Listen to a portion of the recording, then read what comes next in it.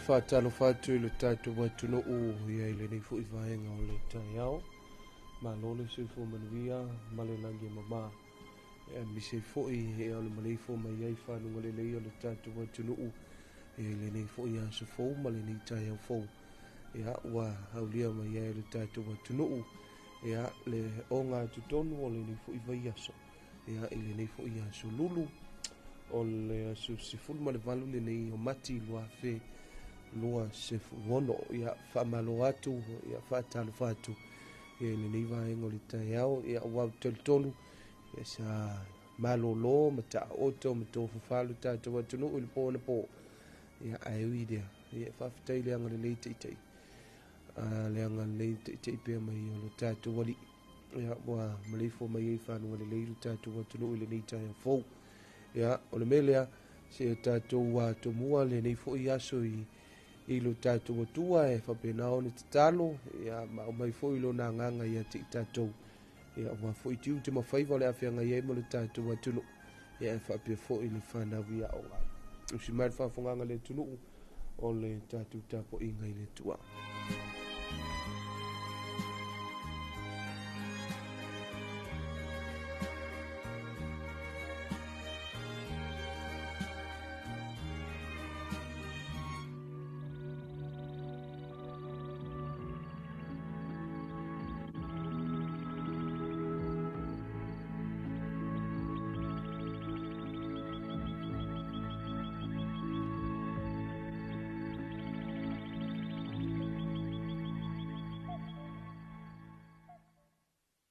Ona tatu tapo i atu i le tua. Se i o tatu talo. A nganga po i aero mātou so son sidi. Mātou te mua i awheatu i le nganga ma le mana o lau fio. Ina i ato i aere tapo i ngā Samoa i le asu. E i ua i me uma i le wha sidi ina o lau di. O Jesu Kerisu wāra ina mātou talo. Amen. Ora tātou pese ua saunia. Say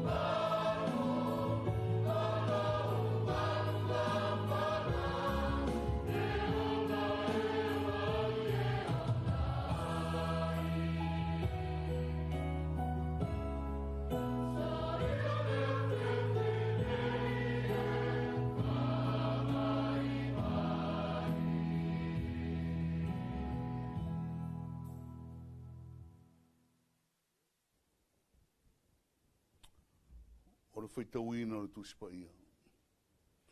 O le tusi whaitau mo le nei aso, e tu sae ma le whaasinonga le tusi whaitau aso. Mo le whaaringa, o le mta upu mua, o te whaitauina ni nai whai upu mo le whai upu mua. E whaangata mai le sifuru mo le tolu. O whionga pa ia aro tātuari.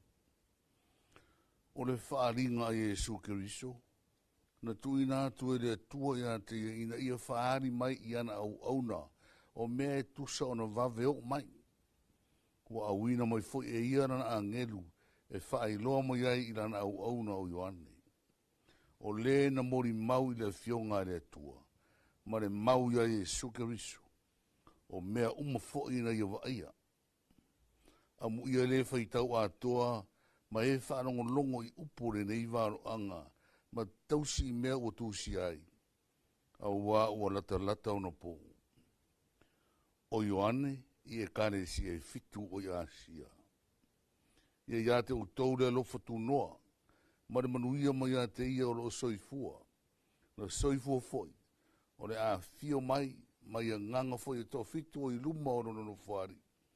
Ma ia Jesu Keriso foi, o le mori mau wha maoni, o le uru matua o e uoti, ma le pule i tupu o le rarorangi. O le ua anofa mai ia te tātou, na ia la vei me foi ia te tātou, ia tātou anga sala i lona lava toto, na ia whaia foi tātou manu wha tupu. O si tau langa i lona tua marona tama, ia te ia le vi inga ma le pule wha lava. Amen. Whauta roa fio mai o ia mao, e i loa atu foi o ia e mata o tangata uma, a toa mai na tu ia o ia. E tau foi tangi tui foi tu ainga uma le rangi ona o ia. E moni. Amen. Wa ure a lefa ma le o meka. Petalai mo iai le li i le tua, ono o soifua, na soifua foi, o le a fio mai e ona le mano si manawa. O a o Ioane, o lo uto uso, ma le u fatasi ma uto ia Jesu i le pupunga, ma le mano, a toa ma le onsai. Na ui le motu e ngoa ia pātamo ono le fionga le tua, ma le mau ia Jesu. Na ui le nganga i le aso le ri, o na o whaalongwa i le i utua i le leo tele e peo se pū, o whape mai. O mea e te waia e tusi, ma watu e kare si e fitu o Efeso, ma Semurana, Perakamo, ma Tuatira, ma Sarataisa, ma Filadelfia, ma Laodikeia. Na o whaali watu e waai le leo na tau tala mai a te au, o whaali o na o ilo atu lea, o tu ngā mori auro e fitu. O i tu tonu fo i tu ngā mori e fitu, le tasi e peo le atari o le tangata, o ofu i le ofu tāta pu vai, o fusia fo i lona whatawhata i le fusi auro. O sina fo i lona ao maona lau au e peo le furu mā moe, o na sina, e peo le kiona lava. O ona fofonga fo i e peo le mumu le ati, maona vai e peo le apa pupuna, le beise i ua muu lo ngā umu. O lona si fofonga fo i e peo le taariri o vai e tele, o i lona a ao tau mo tau o fetu fitu, wa watu fo i lona fofonga o le pelu fa tau ma ai ona tu e ma ai lava. O ona fofonga fo i e peo le pupula, o le la ina o muu toa. Whamuia mai le nganga o le tua, ia nā fionga whaitawina o le ni asu. Tu maulo na siwa wharvi i ngai whaava vaurawa. Amen. O le au tū tāu o no iai mo le aso le nei. Aso lulu, aso sifuru mo le vanu mati. O no whapea mai. O le apitanga file mu o le anganga. O le apitanga file mu o le anganga. Ia pe whawhaingo fie foi o le nofuanga. O le nofuanga file mu o le anganga. Po le maota file mu o le anganga. The Spirit's tranquil home. The Spirit's tranquil home. O le apitanga file mu o le anganga. O lono winga o le mea ua fio ai le nganga pa ia o le tua. Ua manino mea uma. Ua file mu mea uma. Au noa ma se leo e wha lave le veina ai. Mana vanga pa ia ua tu lei mai pe o na tātou whaitauina nei. O le whato nunga a le atua ua au mai. E ala ilona ano pele o Yesu Keriso. Ma whaari atu rana au auna o Ioane, wa i le motu tu fua o pātapo. E ma whaila no tātou whaingoina, le no fuanga tu fua rea, ma apitanga whire mua rea nganga, o pātamo, pātamo rama. O le no fuanga rana e puna mai ai, asa iri fo i tua, i nei whetalenga ma mana, ma upu ma mana o tātou whaitau ai nei asu. O i rawa i pātamo o tātou te sā iri ai. Le no fuanga o ta ua o lea pitanga whire mu o lea nganga. Ai sea o whire mu ai.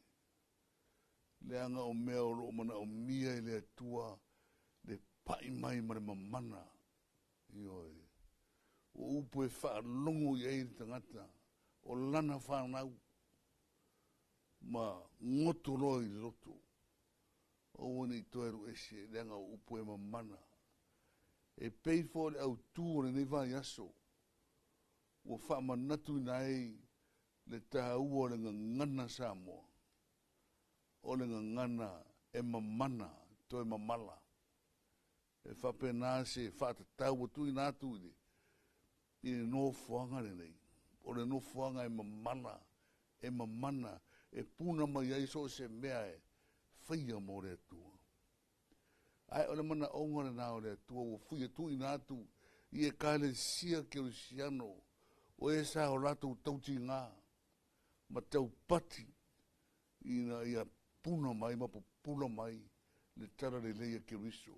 I a o i loto o tangata, ma nisi no fuanga i tō atu o a sia i titi. Le nganga a tōrana, i a ofi ngō fie i loto o tangata, le mana vanga pa ia, a e maise le whaaringa ua tuu ia Ioane. Ua wha pa ia i nei le ngutu o Ioane, ua su sunu ina i le malala ora. Ina ia pa ia mana vanga na te au mai. Ia wha pena fona pa ia tangata wha fafonga, i upu nei, ma o lātou ta lia loa. Wow, upu rawa mai le tua marona fafonga.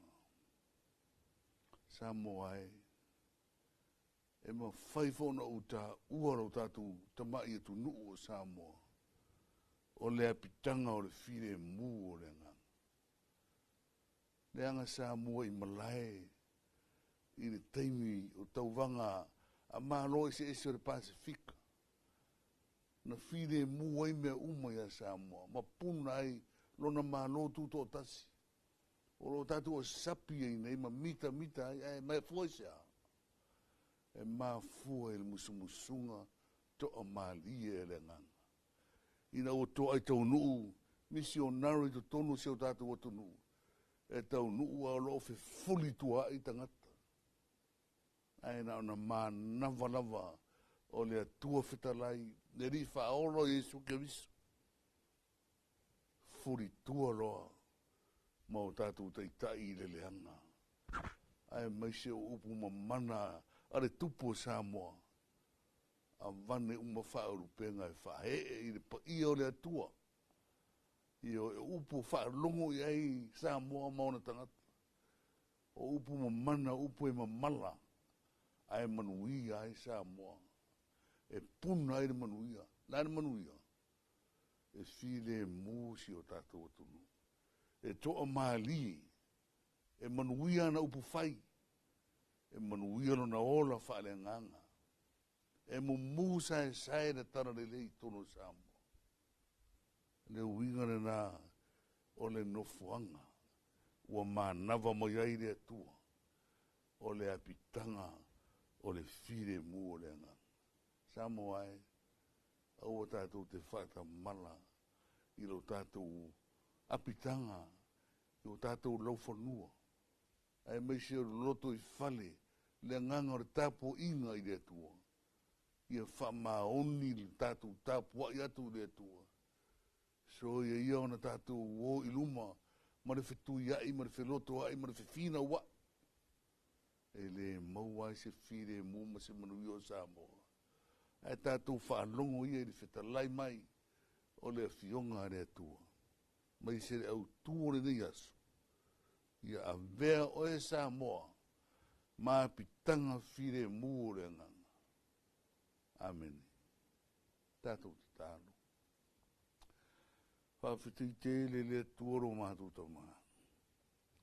Ua e whawhanga ina fo i Samoa, mai lou nao ai, i le areto le ola, ua mātou whinu fo i le vaiola ma le vaipuna, o lou toto pa ia ke risu. Ua mātou mao ona ma mari dia e ala i ne fiasi ma le au tūtā ua. To e whamanatu mai ai o mātou tua a ua vai maralango mai tia le au whainga ruenga. O e sa o lātou tauina le tau o whakerusiano.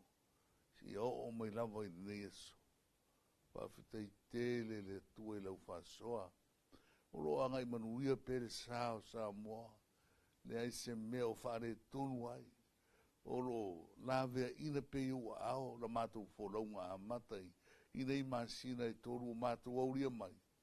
Au no lava se mea o whai ma whana velawe. Whawhitai fori nei vai aso. Mai se le whamana tuina o ringa ngana Samoa. O le tasi lea mea tō tino mai lau o fio lea tua. Ia mātou mita ai. Ma ia mātou mau. Ma to tōina i o mātou loto. Auane o mātou whata mana pe whatara le. Pe whai mea ino sia i ai pe ona mātou whalongo ai. I nei vai tau i upenga whasara lau. Lea tua anofa mai. Ave e se ina ia tū manga.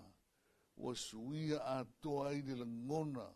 O le pa ia o le ngana ne e fua i mo Samoa. Mātou te talo. Ia e whaamanuia mai ni vai aso ni nei. Whata ua. E Samoa uma. Mai se o aroma whanaura no vaoa. Ina ia lātou tutupu ma fia ma mita. E le ngana Samoa. Wa pe whea lava. E iai le tangata i so se tuli manu o Samoa. E i loa lava le Samoa. E i lana ngana. E le ngata fui lea o nisi o fufonga e peo le wheiroa ima. Tai o na nafo i malo i usila. Whawhitai ua whataunu ina na wha moe ni nei vai aso. Ia whatasi mo fuafuanga lava. Tau ati na ino si o mātu a inga. Tu tonu a inga. Mai se le kāresia. Au whape nā whona. Tau mo whai pēa si o mātu māro. Lau au na pāne mia mara kāpeneta mara pāne mene. Ta tālo le tua ia tonu o lātou manatu i lau fio. Tai le nganga o lau fio i lātou whai, unga whai. E manui ai Samoa mo le anga i ruma. Whamui o foi le tapo inga ta tālo le kāresia. I so se whata whai taulanga. Ia manui o mātou whaiva whare nganga. Ia rofangia tūpuranga. Lalo wa oa ni e tunu i so se whare aonga. Ia iai le manui o lau fio. Ia ola mata tau whanau o Samoa. Ia te oelo mātou atua. Whamui o foi korisi whawhaiwhi au tonu si o mātou atonu. Wā o tauina ai ano mo whanau o Samoa. Wā le whanau te reina. Ma le whatuma wina o Samoa. I le tara le lei whamaoni ma moni mai lau o fio. Whamui e au au na pūre ma whaia onga uma. Ma isi ia wā o ma wharitua. Ma lātou whanau. Mātou te tāno mo re tāpo inga mana foi. Ane au mātu tua o mātu o tausi. I tu tonu so se ainga, i tonu so se nu. So se kāne sia. Ia iai le while mū o nā o fio i o nātou roto ma o nātou mawhauwhau. A o iai i le nganga ifo le lāra so i fuare tino. Ia mau pele to vai i le nganga o nā o fio. O whaiva ese o le atunu. Mai se matanga ruenga ese o ara manuia rau tele o Samoa. Whamanuia lau fio le tuai. Ia mātou tau mo whainga umana. Aro whangia fo i le tuai mā roma i whafo. mana nātou sosoani, ia ire lofa, ia loto pea, ma tū mau pea nātou sosoani, mo si o mātou watu nuu tau atia. Ia tātou mana o fio, le iaso si e mātou marolo, i le lofo la o fio. Whamnuia mo i fo i la o whenga ruenga ngāru rue, i le tu e pi ma le TV iwa nei. Ala tu ai la utara le lei, so se tuli manu Samoa, ma e umo whaafonga ma e tunu i whafo. O mātou te tāro rawa ia. Ai ara rawa sua fo i suke viso le ri mono mātou whaola. Tu mau mātou runga marawa nui o ere tuarata maa, ne alo mare nganga sa nei e whaavavau rawa. Amen.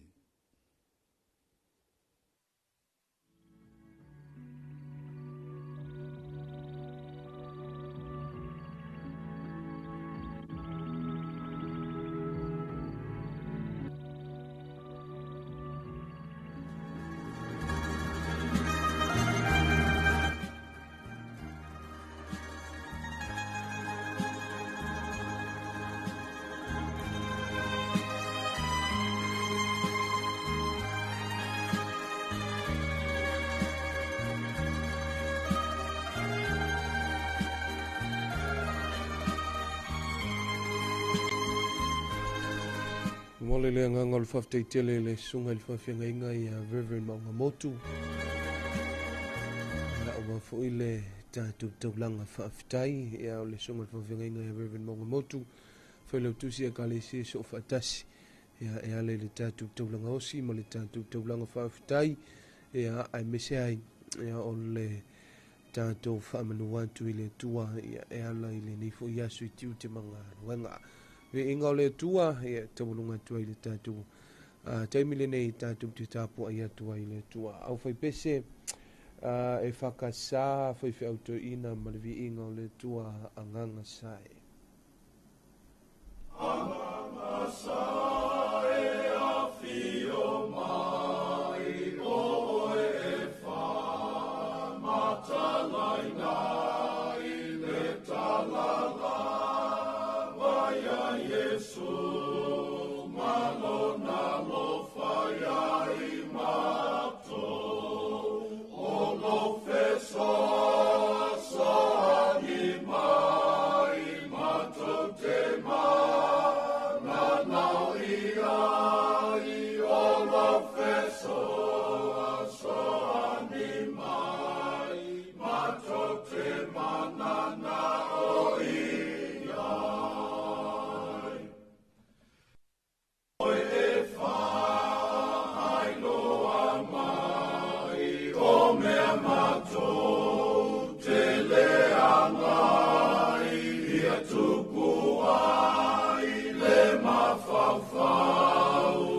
Salamo ai mato o lo feso so animai mato te na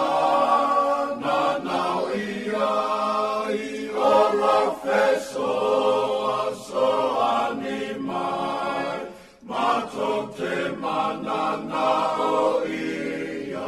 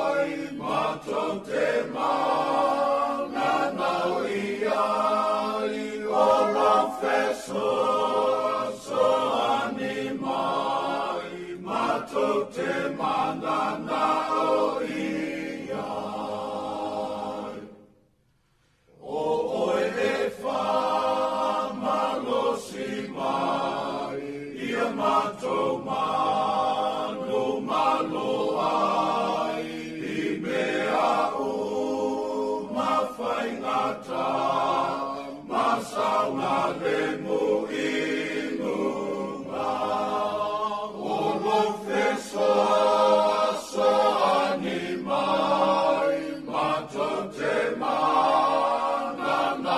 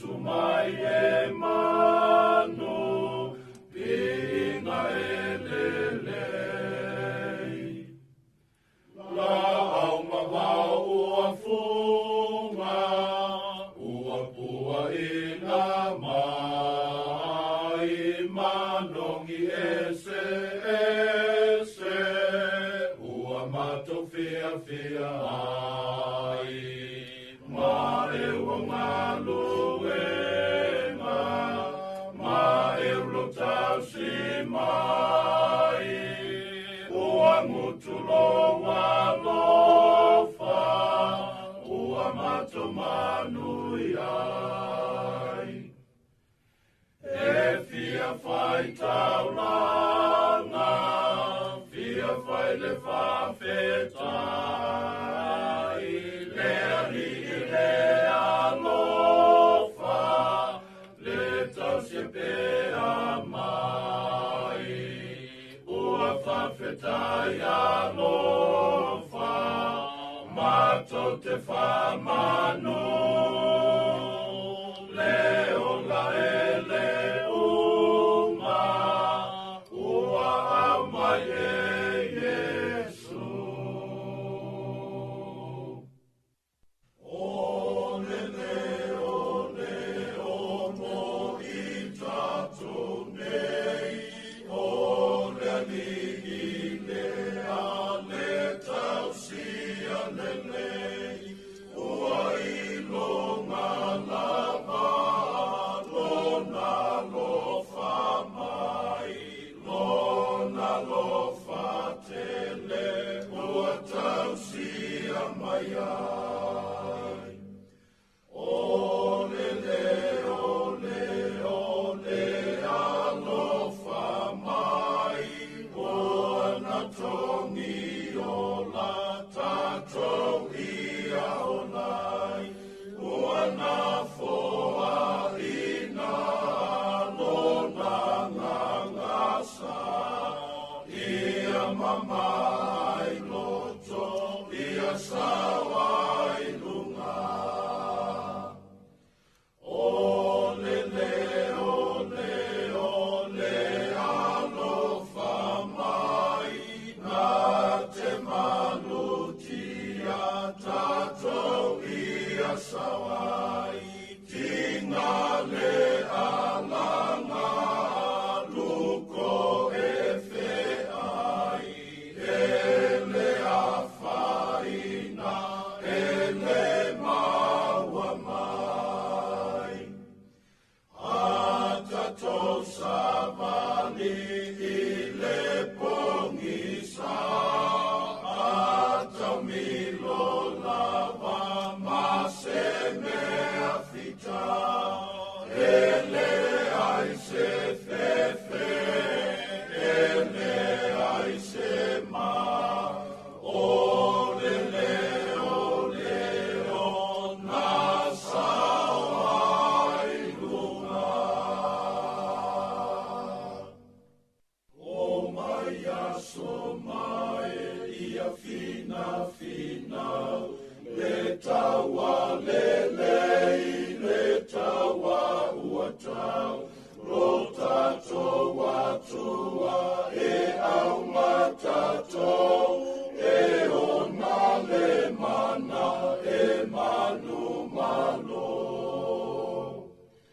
Le taua lenei na taua Yesu, ua le mawhai ai satani etu, awalo na ulu na tu i palai, io na polava na whaia inai.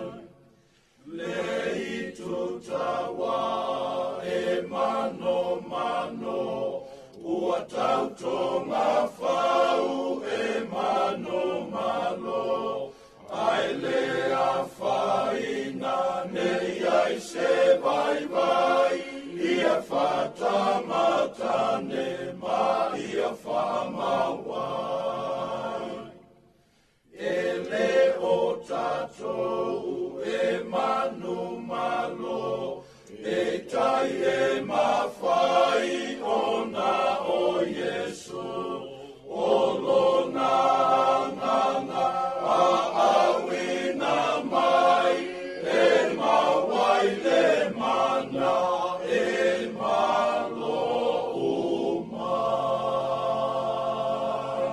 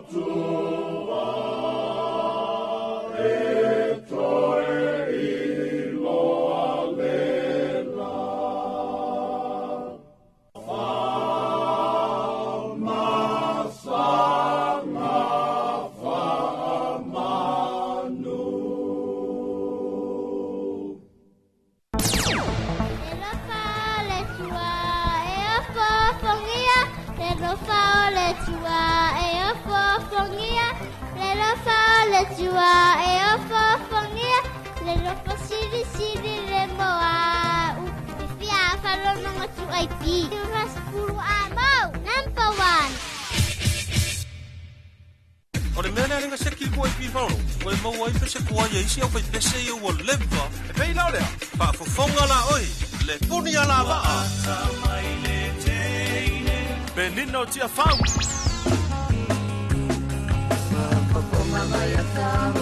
Ae pa fefea fale fatu e nari.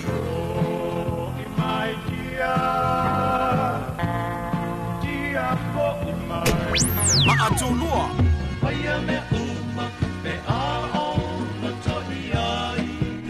Siaki la pana. Tapu o ta chill.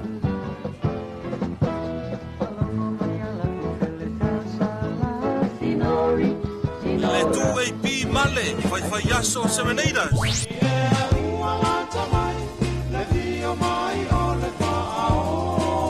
Asuao Felice Micaele.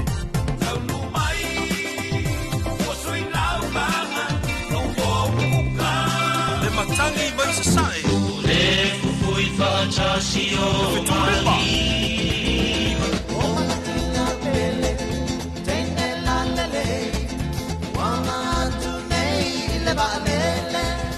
Tia maa.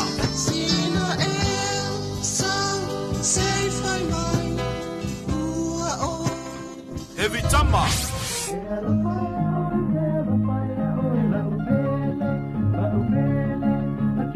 Rosa bye bye. E vai le mataofi e pe ana fai ai tuma. E le avia in fai mata ai via ai fa. Le rosa a, le faccio il tauranga.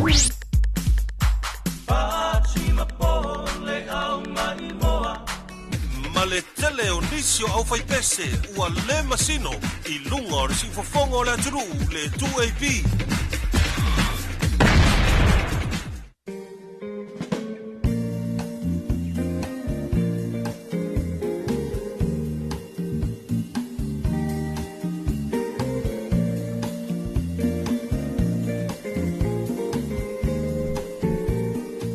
Malo atu e lo tatu atunu i le nei fui vaenga o le tai ao i a mise fui o le o ngā tutonu le nei vai aso.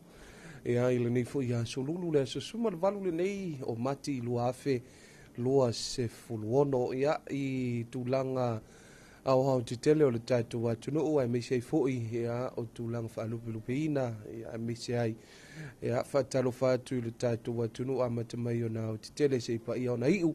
Ia i le tu fa le tala le lei tu fa le malo ia me se fo i le tu fa le nganu fa talo fatu pa ia mama malu nu atu i fatino tu sala ia i ne i sala singangana ia ona matawina lea pe fa tawina fo i lo matu fatu va ia e fa talo fatu i le tatu watu nu ia inga salvi ia po ona tofia le tua ia so se fatu fa tawlanga i fia ia famalo atu fatalo fatu le nei vaenga o le taiao fatalo fatu foi ia ile taitai o tatou atunu i taitai o le tatou atunu e fionga i le palemia ma le mamalu o le kapeneta fio i foi le fionga i le fong fitalai ma le sui fong fitalai ma sui malu uma o le fono au fai tu la fono le tatou atunu ia e mese ai le fionga i le famasinisili ia ma le tatou vaenga famisinonga ia e le whaangaloina fo i le tapo inga mau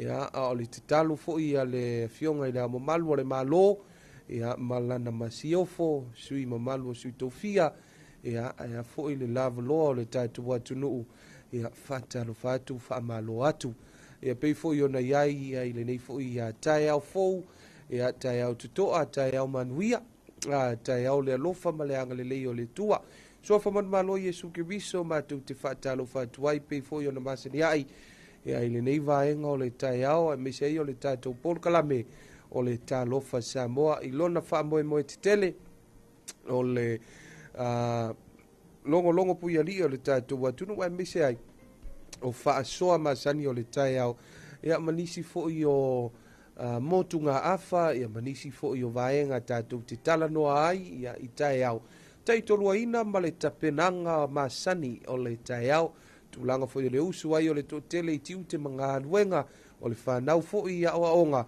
ia faifai malia lenei taeao ae maise ai viia le tua lea ua tatou aulia mai le o ngā tutonu o lenei vaiaso i le folauga ma le savaliga Samoa ae maise ai ia o lea ua tatou aulia le aso sefulu ma le valu lenei o le masina lona tolu ia o lenei foʻi tausaga talitonu foʻi ia e lē toe mamao o lē toe umi foʻi le savaliga Samoa i tutonu o lenei masina o mati ia a o tatou faamamaluina ai foʻi ia ma tatou savavali foʻi le itu faa le faatuatua ia a o tatou tapenapena ai foʻi le vaitau o le eseta ia o tatou iai foʻi lenei foʻi vaitau masani ia i tulaga o kalena foʻi o nisi o ekalesia me se lava le ekalesia katoliko o le vaitau o le fagafulu ia po o le vaitau foʻi tatou te talo ai ma faanono manu ia ma tatou toetō manatu ai foʻi ia i puapuaga ma le maliu ma le toetū o le tatou alii faolo Iesu Keriso o lena faolaina le lalolagi ia me se foʻi o oe ma faatalofa atu ia i lenei vaega o le taeao ia o talitonu a faagasologa masani o le tatou polokalame o le a faafofoga le tatou atunuu i le tatou tala o le tau mai le ofisa o le vaʻitau ia o lenei foʻi vaega o le taeao ia ua foʻi tiu te mafai vaefua i ai ia i tulaga o lenei foʻi a solulu sosufulu ma le valu lenei o le masino mati luafe lua sefulu ono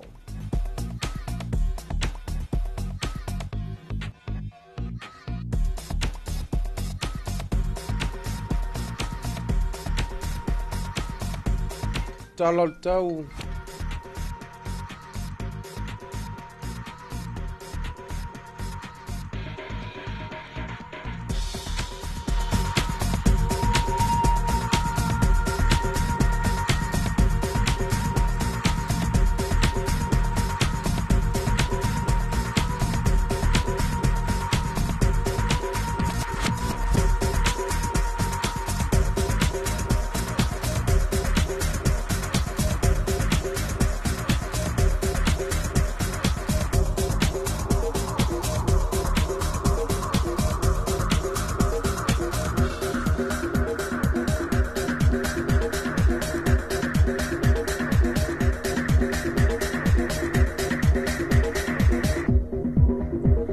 Talol tau mo vaenga uma o Samoa famawina le official vaitau le itulai a falerima i le taiau nei a solulu suma le valua mati luafe lua sefulu ono.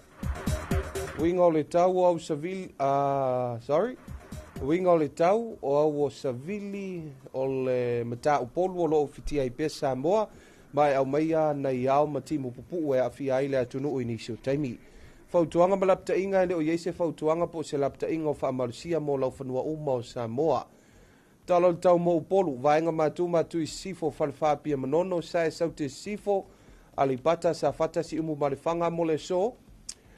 Ufitia se vaenga o le langi e ao mana i timu e iai le awauli a e peitai e le lei winga o le tau mo sa vai. Sa e matu i sa e sa le longa sa le aula, matu i sifo a vawa sau fale a lupo, sau te palauli lata mene i afu mo le so e ufitia se vaenga o le langi e ao mana i timu e iai e le awa uli e peitai e le lei winga o le tau. Talo tau mo o ngā sami mga te whale o Samoa whamawina le itulai a whale lima le tai o nei o le asolulu, sumal valua mati lua afe lua se fuluono se ia ulia le vai luanga o le poana nei. Winga o le tau o au savili o le mta upolu savili mai sae o loo a fia i pea o ngā sami o Samoa. Fautuanga mlapta inga ele o yeise fautuanga po se lapta inga o whamarusia mo o ngā sami o Samoa. Ngā te i whale mo o ngā sami matu, mo le so, o le aangi le mta upolu sa vili mai sae, sfulma lima e lua sfulu kilomita le itu la, o ngā luma auma e lua i le lua tesi male lima mita lo na mawalunga. Ngā te i whale mo o ngā sami saute, mo le aso, o le aangi le mta upolu sa vili mai sae, sfulu lima i le lua sfulu kilomita le itu la, loa i le lua tesimale lima mita lona mawalunga. Talo le taimo Samoa solulu, sfun malvalua mati lua afe lua se fuluono. O le temile nei o lo o suatui le tai, e le na suatui le tai le itulae lua sumalimi minute tai le itulae lima i le tai au le so. o le tula o le a pe le tai i le te lua sifunu ma le 5 minute le tula sifunu lua i le wauli o le so ona toe sua tu i le o le tai le afiafi i le toe sifunu minute le tula e ono i le afiafi.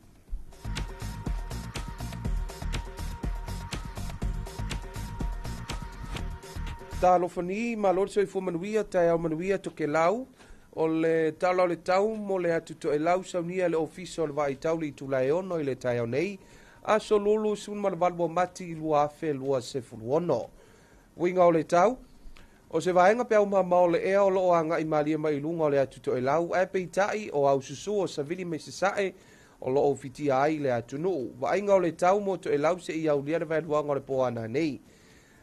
E iai timu whaapea wila mawhaititili e whiolono le malolosi o savili mai sasae o le sami e si. Wa ainga iona tua atu o le a waoa inisi o taimi nai timu whaapea wila mawhaititili o le a iai. A warm, lovely Wednesday morning, this Wednesday the 18th of March 2026, and here's an update of your weather forecast issued by Samoa Meteorological Services at 5:30 a.m. Wednesday 18th of March 2026. Situation: a moist easterly wind flows remains prevalent over Samoa with a few associated clouds and brief showers affecting the group at times. Advisory and warning: there is no valid advisory or warning for all land areas of Samoa. An update for Upolu for today: north-northwest Falefapia Manono, east-southeast, southwest Alipata Safata Siumu and Lefanga for today. Partly cloudy with some afternoon showers, otherwise weather is fine. For Zavai, east-northeast Sale Longa Sale Aula, northwest Vawa South Fale Alupo. South Palauli Latane Yafu for today. Partly cloudy with some afternoon showers, otherwise it is fine. Morning marine forecast for Samoa issued on Wednesday, 18th of March 2026 at 5:30 a.m. valid until midnight tonight. Situation: an easterly wind flows continues to affect Samoa's marine water. Advisory and warning: there's no valid advisory or warning for all marine waters of Samoa. Northern marine waters for today: easterly wind direction 15 to 20 km per hour, wind velocity waves of 2 to 2.5 meters. Southern marine waters: wind direction easterly wind 15 to 20 km per hour, wind velocity and waves of 2 to 2.5 meters. Tide prediction for Samoa issued on Wednesday, 18th of March 2026 at 5:30 a.m. High tide was 5:35 in the morning. Low tide will be 24 minutes to 12 noon. And high tide will be 10 more minutes to 6 in the evening. Morning forecast for Tokelau issued by the Samoa Meteorological Division at 6 a.m. Wednesday, 18th of March 2026. Situation: a trough of low pressure lies slow moving in the vicinity of Tokelau. Meanwhile, a moist easterly wind flows prevails over the group. Forecast to midnight tonight for Tokelau: occasionally showers and isolated thunderstorm, moderate easterly wind, moderate seas. Further outlook: cloudy periods with some showers and isolated thunderstorms.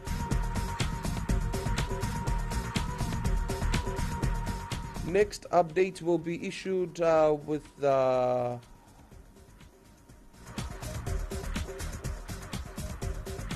for the another forecast for Tokelau. Next update will be issued at 20 more minutes to 4 p.m.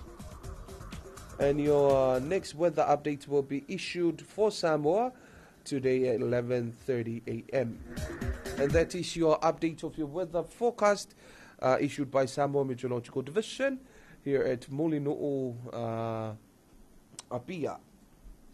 Ia, pei foi on whaafonga le tātou atunu I tātou talo le tau mai le ofisa o le wa tau.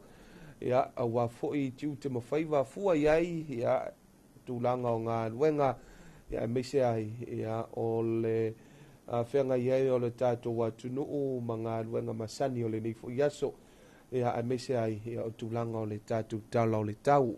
Ia whamalo atu i le nei vaenga o le tai au pe a whai o le nāwhatu a maua mai a tātou whaasele launga ia i le tautua le nei ma le aunanga la wala leo le siufonga o Samoa le tuaipi e le ngate i le tātou wala leo o lunga o le tātou Facebook page, YouTube channel, a mese ai o le tātou Radio Zeno app ia i le whaafonga ma le maimo mai o le tātou atu. No wa o leo bo tāle fitu usi mai le whaafonga le tunu u i le au wina atua tātou talafou mai le vaenga o talafou a wafo i le whaafonga ma le maimo mai ai inisi o mea o titupu i le tātou atu no.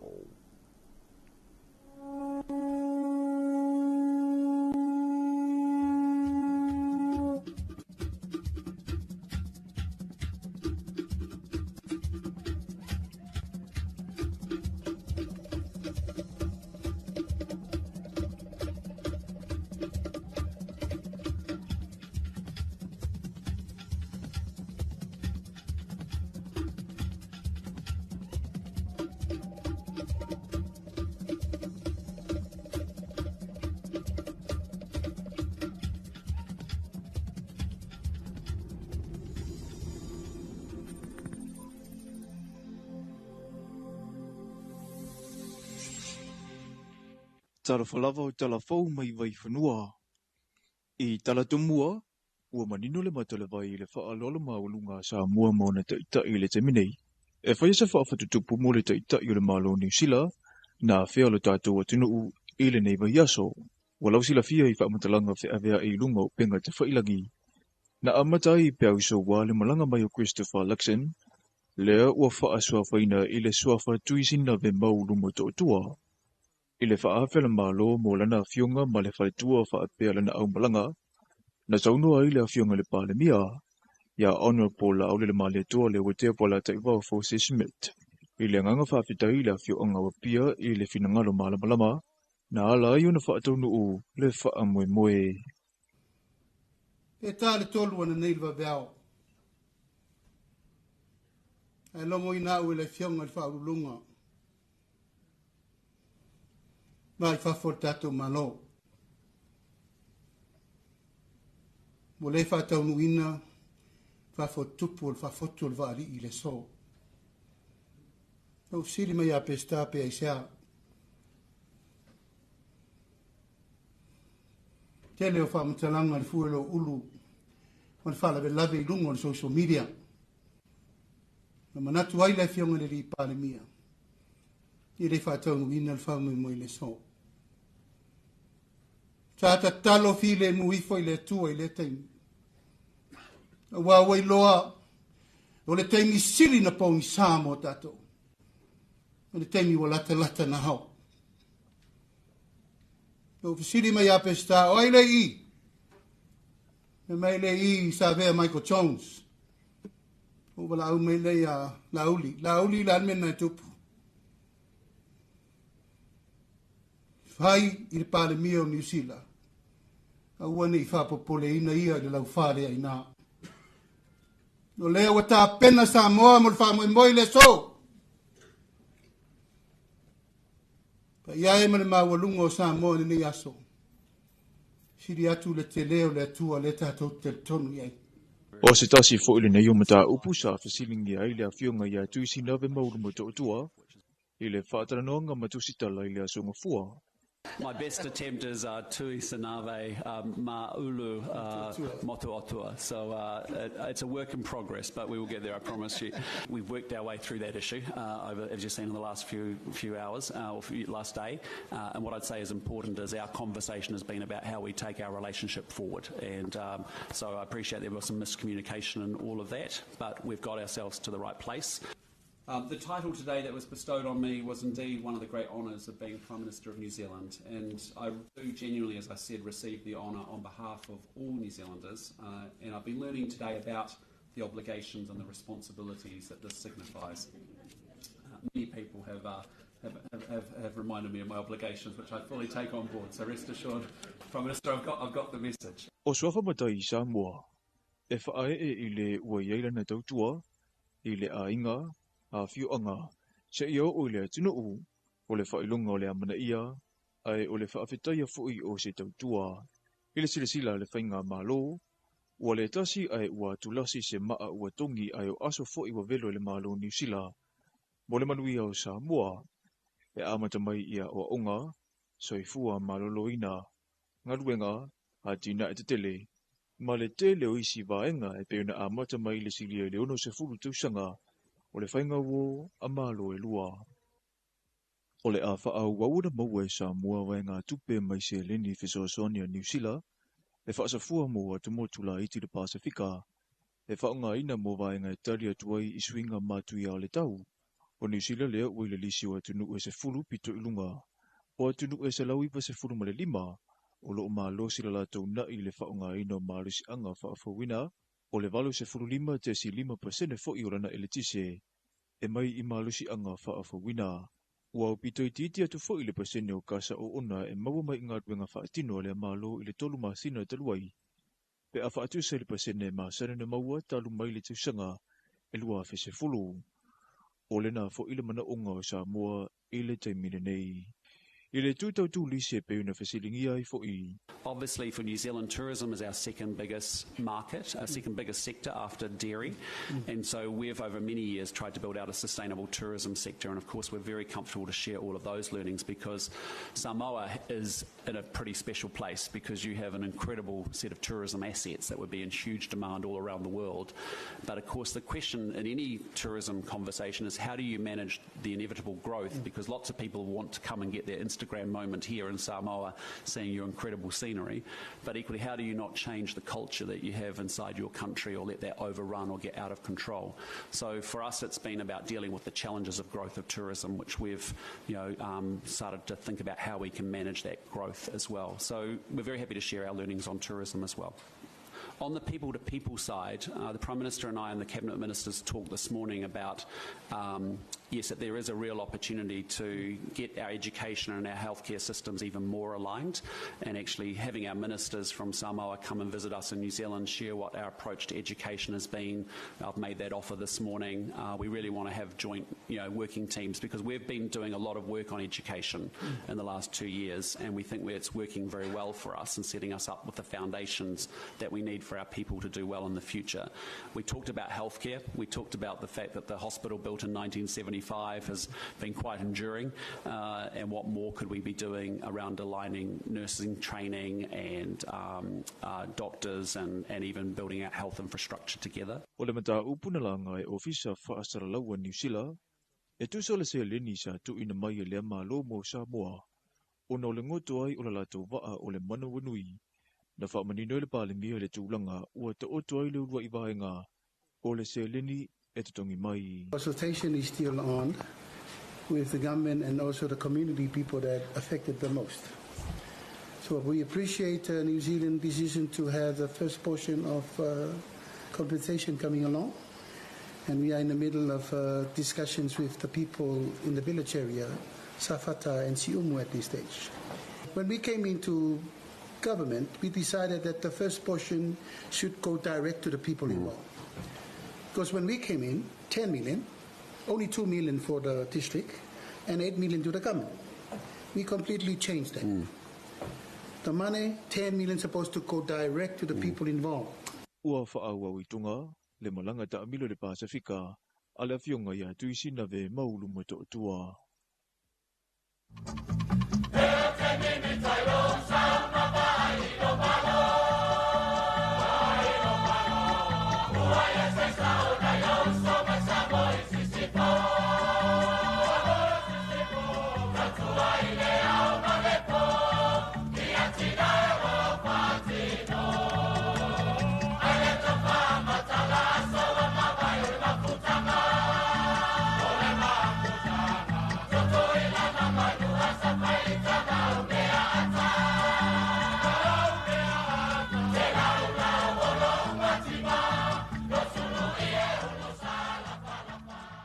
Lele i whaingofia le tausa i leo uporinga ngana, tuu i ai mama manu le natura ina ia longo maalie maui ngā ai saunuanga.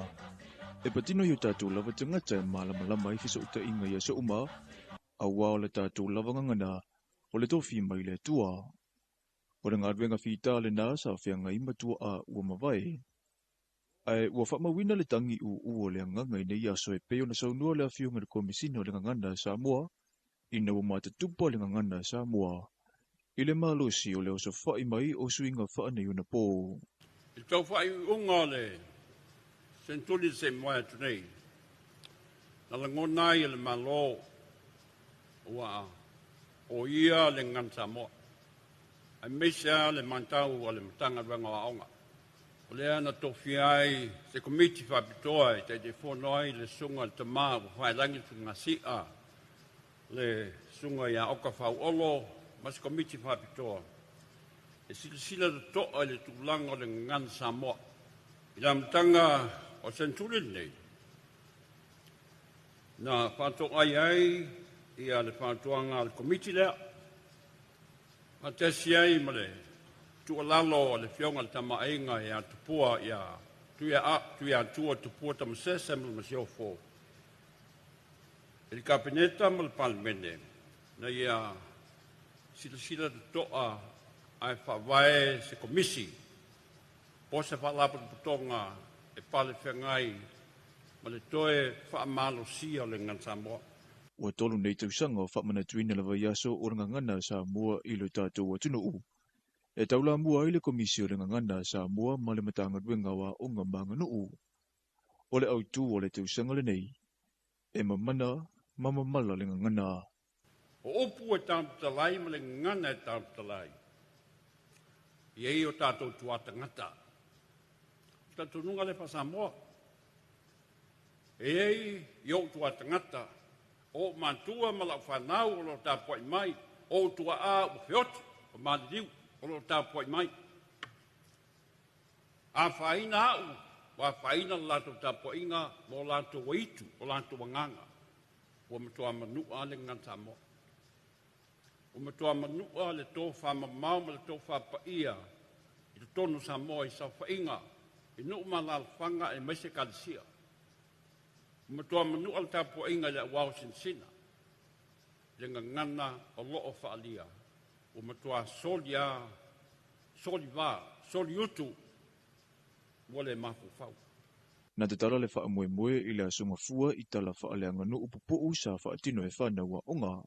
Ai ilona asarona lua na whai ai le sa o le komito tina le awhiu anga wa whenga. Ma o le wha ato whala inga le komisio le ngangana Samoa. O le tina o le urua i whai a onga lea e ma nawaina atu le ola o le ngangana i aunga tupulanga. E amata mai i le iai o le pepe ilona manawa. Se i o oina whanau mai mausu usu i ai pese wha amue ai. Ma pue maua i lawa le tamaititi upu taitasi o loo whawhanga ina ai. O le ala fo le na o lo i ai le sui o tina i le komisi o le ngangana Samoa. O si mai ale mai mua i nisi o whaafiafianga a le komiti a tina a le awhio anga wa whenga.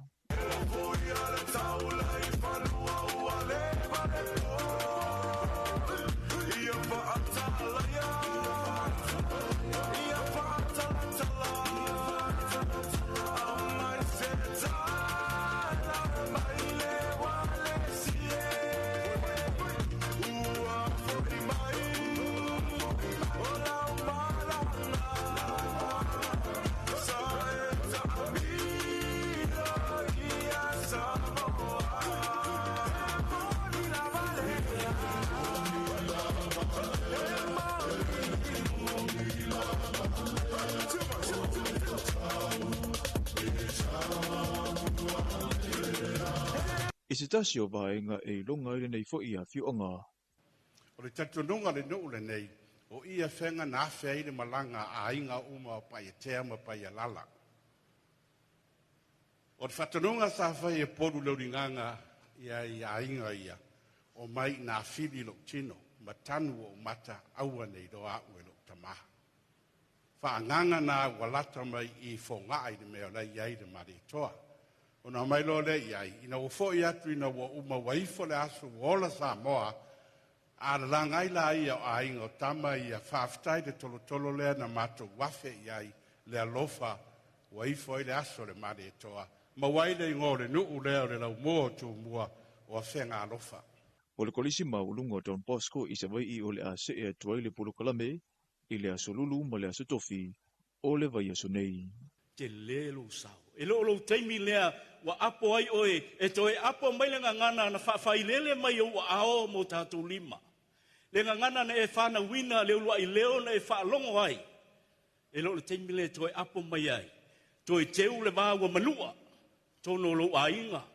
E ka le sia. Whai ngā nu e o le malo. Talafona mo le nei vai ngole aso manu e tele fuafuanga o whianga i male atunu u.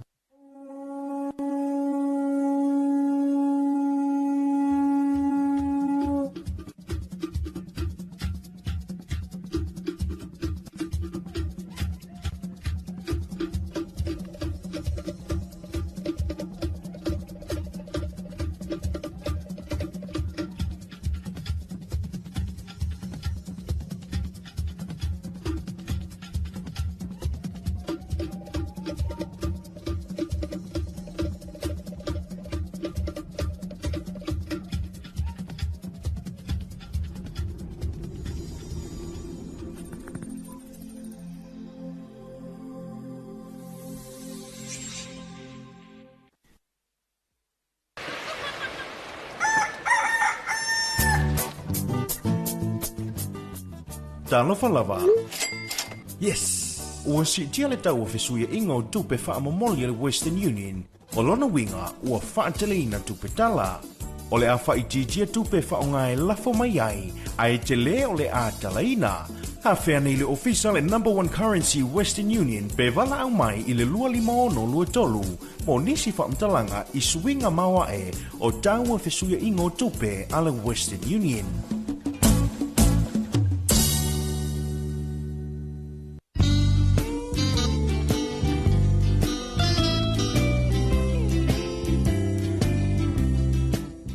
Toina, o whea e usu po ye.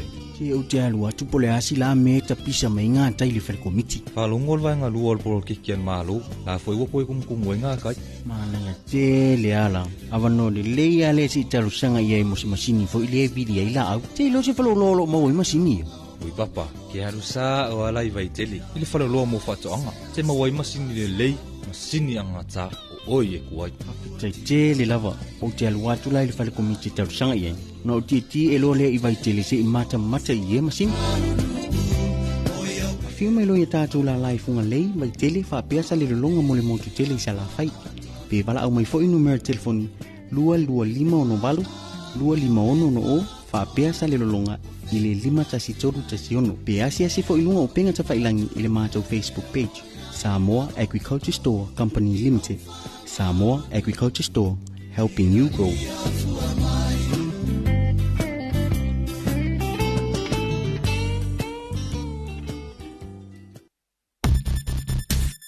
Puinga wa fianga le pesi ai le fa mai o le tenki fiba. Ia matua fa tama ia no foanga uma tau tu ufua mana no foi namu. Fa mamala pisi mau tau tai ta fa fale. Ona le nei vai tau o timoa. Ua va ia ile tele o vai vai toa. Pa uta avale maisi me fai tino to ai le sua vai. Ia matua fa mama vai nga uma nei. Ina ia tau fia ile pe peso le tenki fiba ia tunu. Tatou ngā lulu e whaatasi, mo se sā mua maroloina, mo nisi whaamatalaga, whaafo ta intanga luenga le soifua maroloina, telefoni ono varutasi o.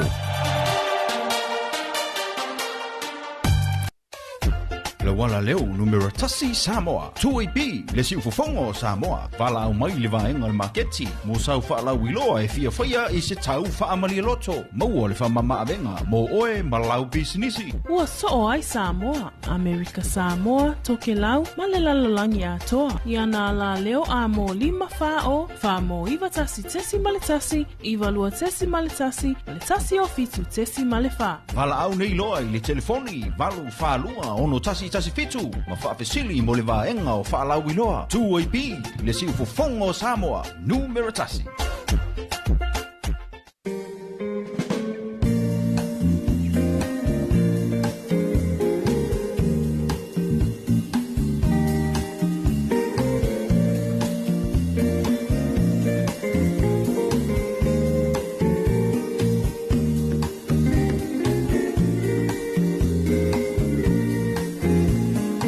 A whaafonga le tātou atunu ui tātou talafoma i vei whanua mole nei fu i vaenga o le tai au pei foi o nā tū fantasia e ama fonga ina tu le sunga ia manta mai nei sa ko le vaenga Talofou ia wa foi le mai mo mal fa fonga mai le tatu tunu a fai e tele i ma ua tatu Talofou ia i le mai au na fasalawina atu o le a e fa fonga iai ia i tu lai valu o le ato e fasalawina atu ai ma o le ato e fa fonga iai le atunu ia i le toi awina atu a tatu Talofou mai vai whanua e fa malo atu le tatu atunu i le nei vaenga o le tai au po o fia lava le mea lo e mafuta mai ai ia po fia foi le mea lo e whaafongafonga mai ai ia whaatalofa atu i le nei vaenga o le tai au whai malia mai le nei tai au winga o le whamtalanga ia lea ua ato e 2 minute 2 minute le bote ai le itu la e fitu ia o le taimi le nei ia ua poloka lunga le awala ia ua tuli mai foi ma vevesi mai le totele ma whaanatinati mai foi ia awa foi ia taimi whainga nuenga ia au le fautuanga lava ia whai malia mai le nei tai au ia ua ele mo fai o le mea moni ai ele mo fai ona tatu toi whapea ifo ia se i kakau kope o lai foi fia kope melis ia ua le mea lawa ia iwa tele tavale ai ua la iti awala ia awa o le mea moni ai o isi ainga tolu fa pe lua tolu fata mali ile ainga ai o le vaenga le na ia fai mali mai maua pele o sai mala papali ia kala ko inga voi le kele anga fai mai le kele anga fai mai mau ka ko ki ka u mama o le no le waki ia ai o pe o le tulanga le na le nei vaenga le tai au fa malo atu fa talofa atu i le sunga ya mau malo ma le tatu ai ngai nai fale asiu sunga ya mai longa il moteli se la fai nai vai lo palauli ya mi se vol tatu ainga ya o le tamai anga sui sa tu paitea so tu mo se la valu ya o nonu i nai paia me se foi ni so tatu pa anga masani ya o lo fai on fa fung mai le nei tai au ya i samone ya mi se ai ya o le motu i sae fie fa malo fa talofa atu i le sunga ya tasi nai uli ia malo mafutu mai malo foi ia ile nei vaenga o le tai au ele whangaluina foi ni se malo le tunu le mai mo mai lunga o penga tu whailangi lunga o Facebook page o le tatu YouTube channel ia mai la tu foi le whafungfunga mai lunga Radio Zero app ia whatalufatu good morning good afternoon good evening wa ese umatatu taimi wa le atu Europa ia taimi nei o la wa hafiafi wa fia laua no su maltasi minute te ele fitu le tai au tatou le so lulu ia o le atu Europa ina isia mani a lui foi Italia ia o Engilani ia o laua no su maltasi minute te ele tu le fitu i le afiafi e sfulu lua i tu le vave i tatou i atu Europa o isi atu no pe la o isi atu no Amerika ia o sa tu tonu o isi atu no la pe lo fato a auli ia po la foi foto a matale solua ia ese ngal na tulanga pe foi la na mali ia mele veto good morning good evening good afternoon los ful mal 5 minuti le bote ile tu la fitu neita tato sesi fa fifianga ia vai foi o le tato por clamel neita ia o toli mai ia fa foi le tato fa soma sani fa fifiatu le foi pesel penina o tia fau ma le fa fifianga sa o sa vali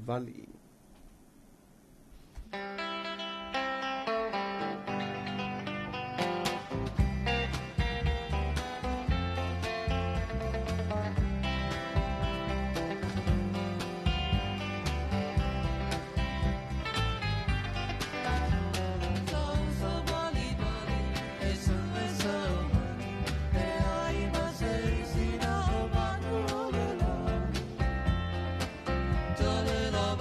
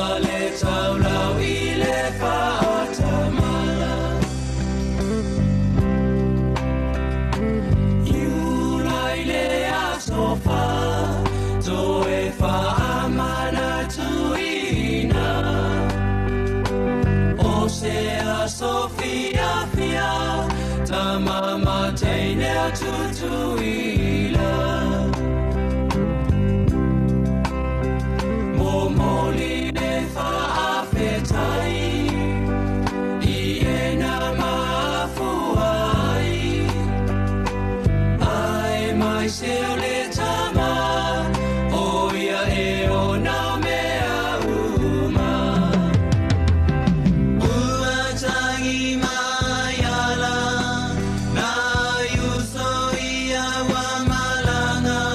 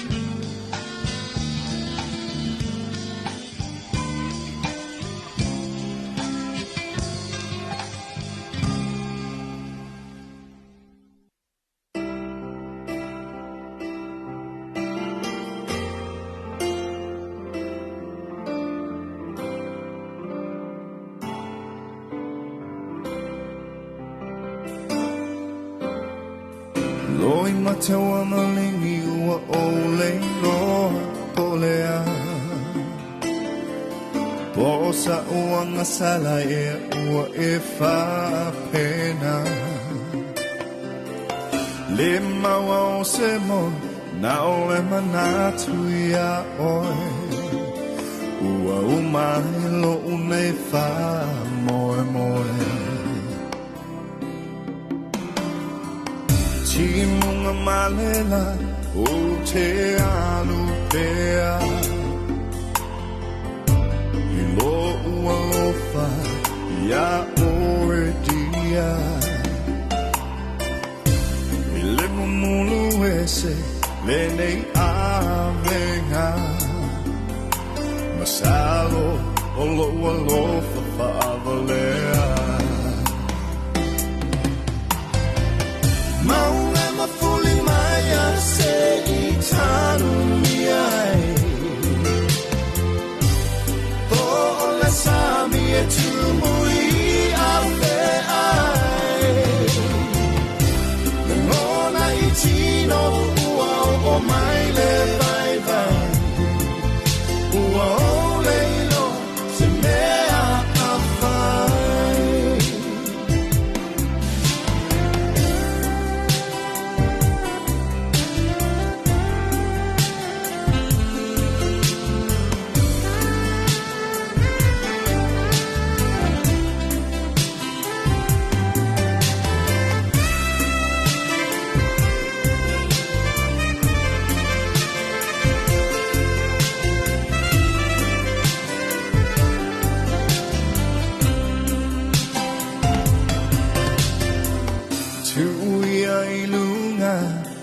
Te whasoa O te inu pe iai O wa o la tau tonga Se matangi e se I e ave e sea Le ne whaingata Ia so uma Whawhiwhianga nā mai leli pese o Richard Parker ma le loi mata malingi ia I le nei fui whaenga o le tai au ina ua to e sifulu malimi minuti o te toi ana tāne o le tu la valu ia I le tautua fwili nei ma le aunanga la wala leo si ufongo Samoa ai fifia e whamalomfa talofatu ia I le nei whaenga o le tai au I le mamalu o si o tātou watu no ia o lo mwhaifoi ona mafuta mai le nei vaenga o le taiao I tātou whaafifianga o musika sui whiwhiloi ia me se foi hia niso tātou whaasalong whaapisnisi. Whamalong whaatalo whātu I le tātou company o le Fexco Western Union ia po le tātou langlango au tū o le tātou por kalame ia I vai aso maasu te tasi.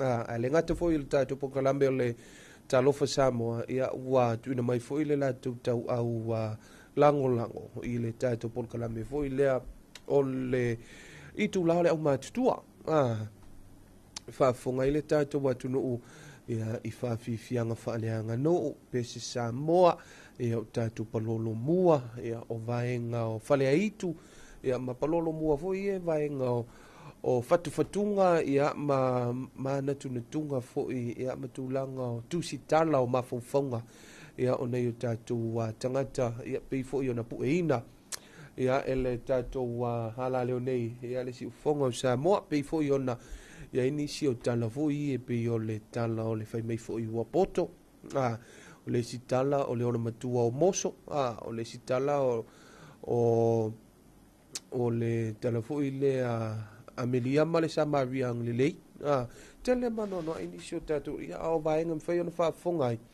o le itu lai tolu I le awauli e mwhai ai ona awina atu ai tātou palolo muana ia po tātou tala fatuna ia e maua I foi o le tele ia male mana ia male anoa o vaenga o le tātou porkaramene o le palolo mua e whai o le mana ia o mawhauwhaunga o finangalo fo ia le autusitala o le whi au tā ua fo I o le au mai I tutonu ia tātou pokalame na pe ona langlango ina mai ele tātou vaenga o le Fexco Western Union whamaloa toi le fionga ia moli o ia o le pulenga ma le au whainga aluenga ia iona lala mai upolu nei ia me se foi la lai mo tele se la fai ai fa malo fa talo fa tu le fionga ia to i malo a Sam ia o lo o fa talo fo mai nei vai ngole tai au ma futa mai nei tu sivi ia fa pe mai fa tai mo le o nanga malo tu tu man vi tele le tai au mo le aso fa tele fionga to i malo man vi foi ia le fionga ia foi tu te manga luenga ia ile nei foi aso ia o nisio tala ta mai le tau fo ile va o America ma Iran ia ua amatau na umare mana ale ile o Donald Trump politita i le malo o America winga from telanga fo ile pe ua umare mana ia pe ua amatau na tau le iso na malosi ia ua amatau na apa mai isi ona fainga wo fa va malo pe ona ia le malo tele o Britania o le malo Australia o le malo Kanata o maisi malo lo itu tonu le li o foi le o le NATO ia fa pe na ona fiso soni atu ia e tamo fai e tinia pe fa tu ilalo i le malo Iraq ai o le mea la fai mai ia wo ne ia Donald Trump o wo America ma tu te le fiso soni atu ona ma tu te le i langa ma o oe to tasi le sa e langa ma ia le ala wo ai la o loka ia ma wo peila wo to apa mai ia le malo o fulingwa ia o Australia o News o America ia ile nei fo i vaenga o le tawa o le wo se fulu wala te le luas fulu waso talu na matal tabol nei ai wa mata ona ia le tulanga foi le ia Donald Trump le malo America le malo tele wa matau na tau wila ia o la lava e sisi lava le fua a Donald Trump me a fa pea le fiso so ni mai nisi ia America ia lona winga ia o le a fa pena fo ia ona fuli tua ia America ia pe a fa ia le fiso so ni mai e pantu e pa wana va henga le e tele na malosi ia Samoa pe ona ta wel palemia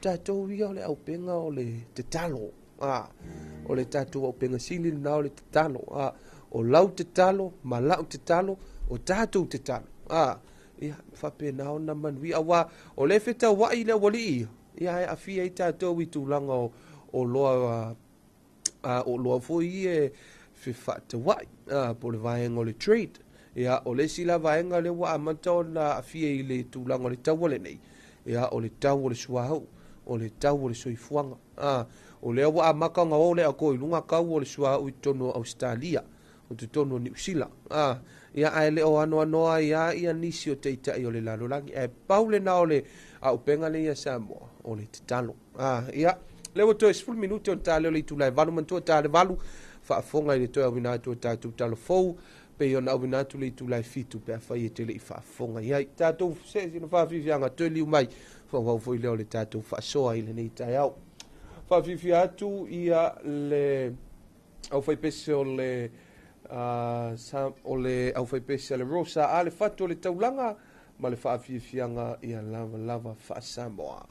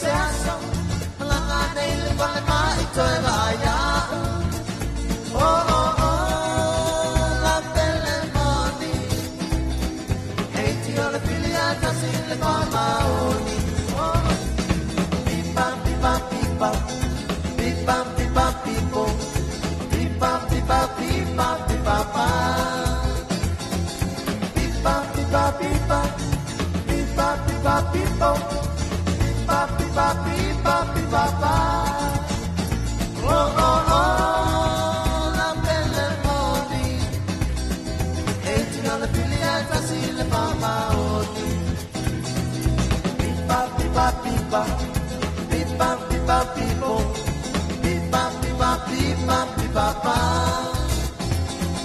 Pipa, pipa, pipa. Pipa, pipa, pipa. Pipa, pipa, pipa, pipa, pa. Oh, oh, oh, la belle moni. Eiti on the filiata sile pa maoni. Eiti on the filiata sile pa maoni. Eiti on the filiata sile pa maoni.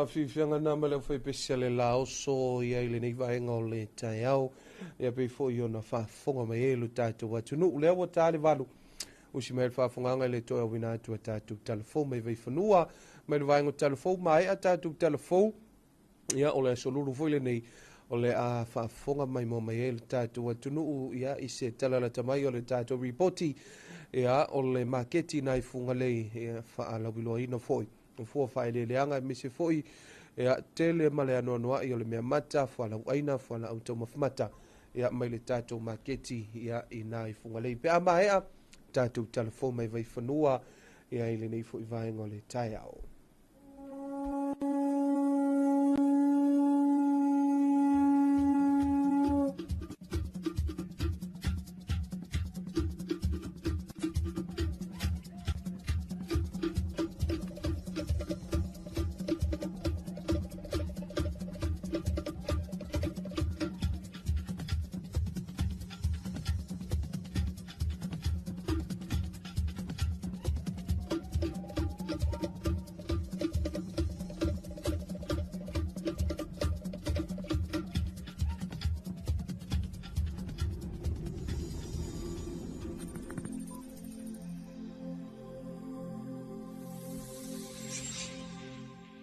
Talofa lava o talafou mai vai whanua.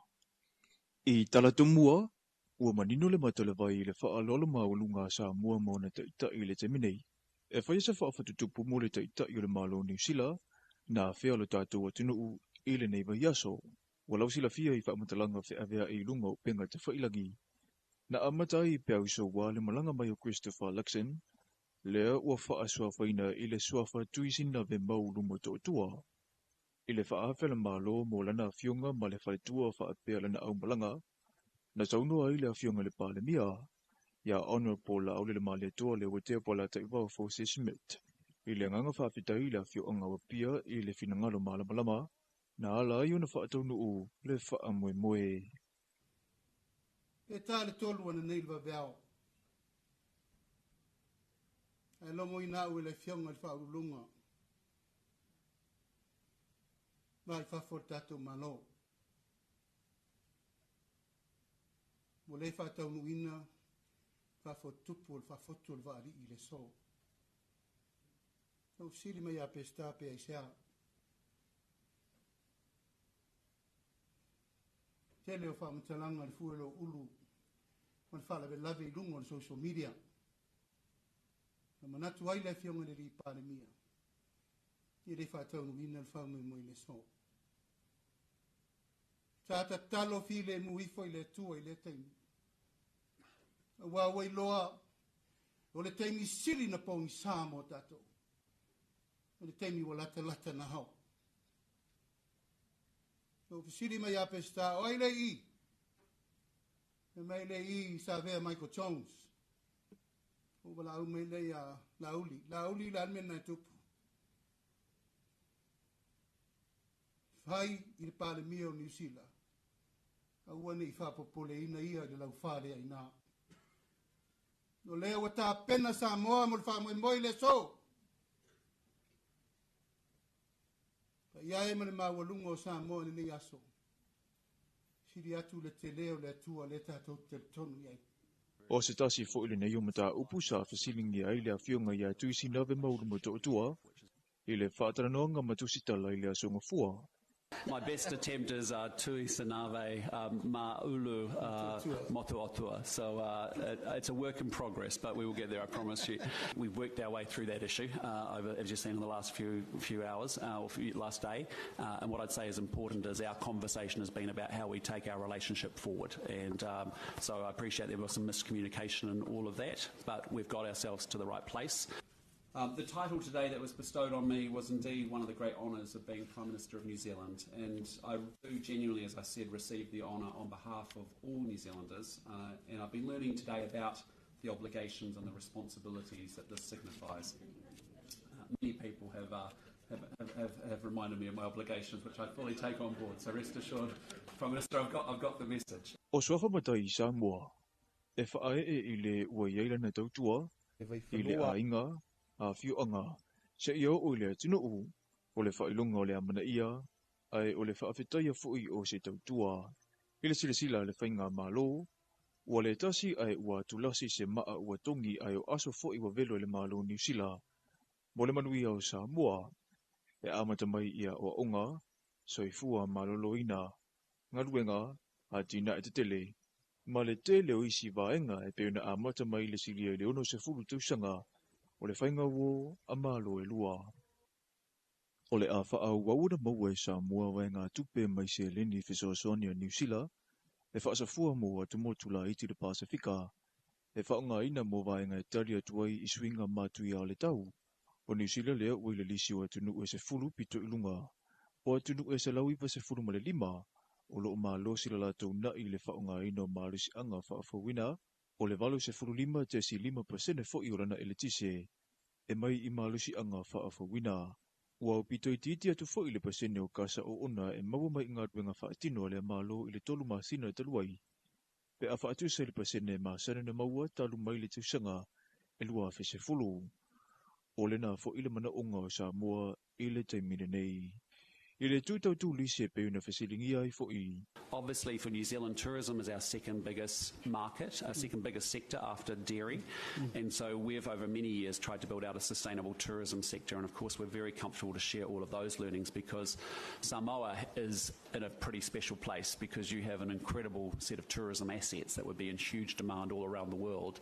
But of course, the question in any tourism conversation is how do you manage the inevitable growth? Because lots of people want to come and get their Instagram moment here in Samoa, seeing your incredible scenery, but equally, how do you not change the culture that you have inside your country or let that overrun or get out of control?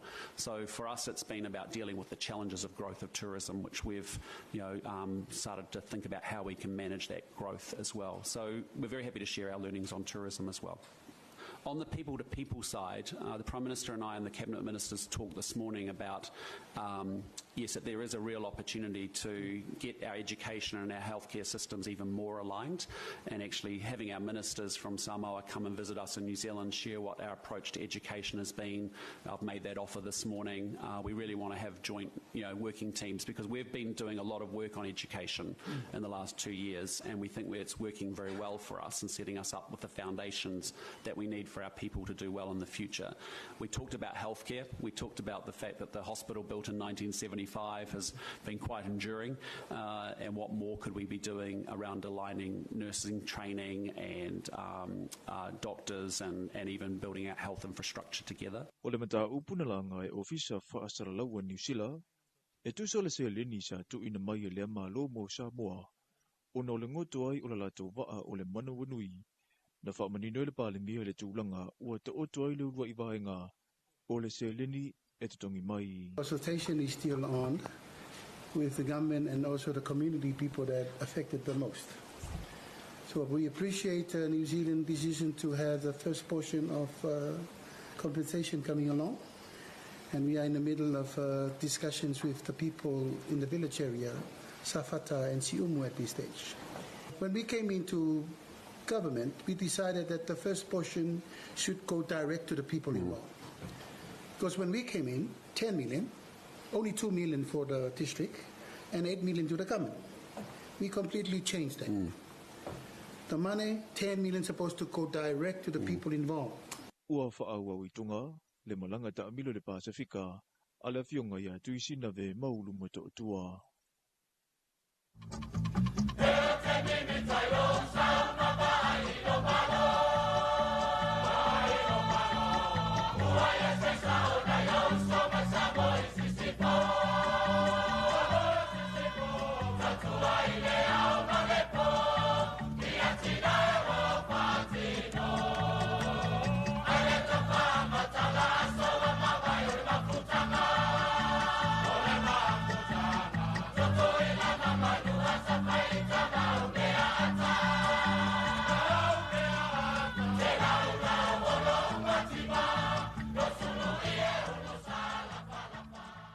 Lele I whaingofia le tausa I leo uponangangana, tuu I ai mamamanu le natura ina ia longo maalie maui ngā ai saunuanga. E patino yu tātou lava tangata malamalama I fisa uta inga ia sa uma, a wao le tātou lava ngangana o le tofi mai le tua. O le ngadwenga whita le nā sa whianga imatua a ua mawai. Ai ua whamawina le tangi u le nganga I nei aso e peo na saunua le awhiunga le komisina o le ngangana Samoa, ina umata tupa le ngangana Samoa. I le malosi o le oso whai mai o suinga whaane una pō. I tau whai unga le sentuli se moa tunei. Na la ngonai le malo ua o ia le ngan Samoa. Ai mesia le mantau o le matanga ranga o aonga.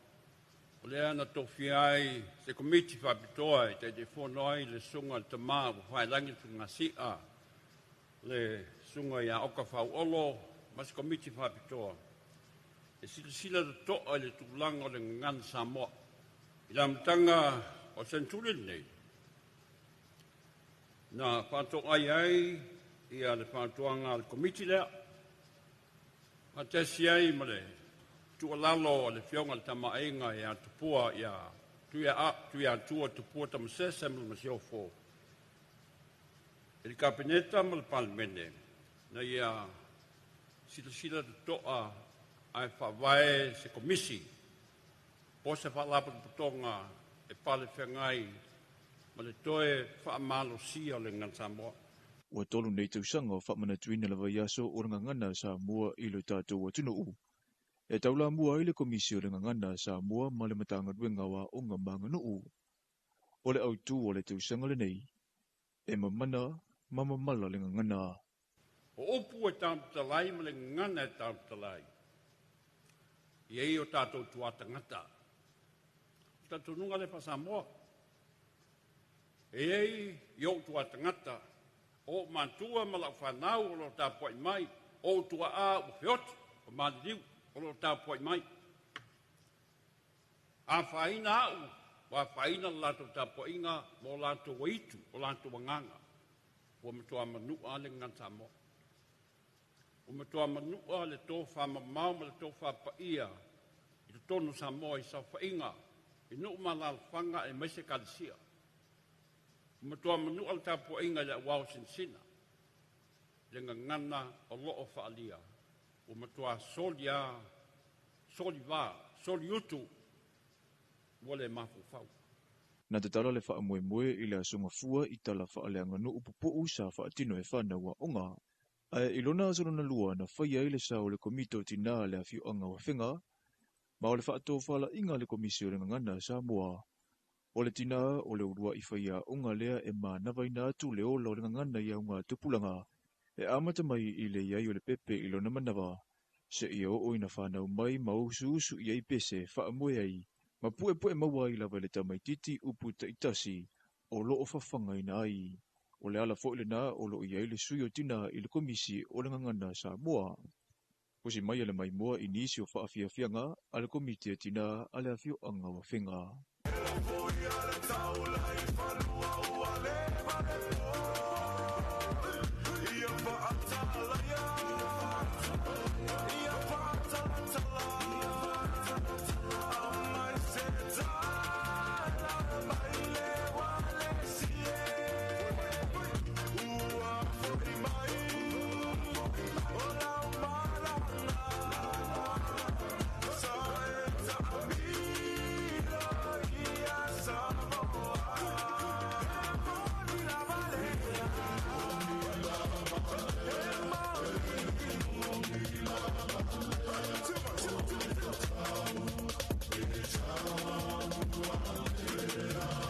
I se tasi o vaenga e longa ile nei fo i a fionga. O le tatununga le nuu le nei, o ia whenga na awhia i le malanga a inga uma o pai e tea ma pai e lala. O le whatanunga sa whai e poru leo ringanga ia i a inga ia, o mai na whiri lo tino, ma tanu o mata aua nei do a ue lo tamaha. Whaanganga na walata mai i whonga ai le mea lai iai le mare toa. O na mai lo le iai, ina o fo i atu ina o uma waifo le asu wola Samoa, a la ngai la ia o ainga o tama ia whaftai de tolo lea na mato wafe iai le alofa waifo i le aso le mare e toa. Ma waile i ngore nuu lea o le lau mua tu mua o a whenga alofa. O le kolisi maulunga o Don Bosco i se vai i o le a se e tuai le polo kalame, i le aso lulu ma le aso tofi, o le vai aso nei. Te lelo sao. E lo teimi lea wa apo ai oe, e toe apo mai le ngangana na whailele mai o wa ao mo tātou lima. Le ngangana na e whana wina le ulua i leo na e whaalongo ai. E lo teimi lea toe apo mai ai. Toe teu le vā wa manua. Tono lo ainga. E ka le sia. Whai ngā nu e o le malo. Talafona mole nei vaenga le aso manu e tele fuafuanga o whenga i male atunu u.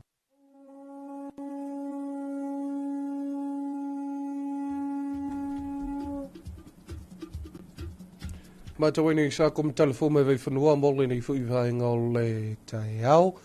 E ole a whaafunga i eile i tu lai suma le lua i lona toi whaasana wina. A ole a mai mo melu tātou atunu ia mise foi o le a whaafunga le atunu i tātou i boti o le maketi ia mai funga lei pe ona whaipaanga i male whaalapo tupitonga o tau i o whaalavlave tupu whafo sei le ACC.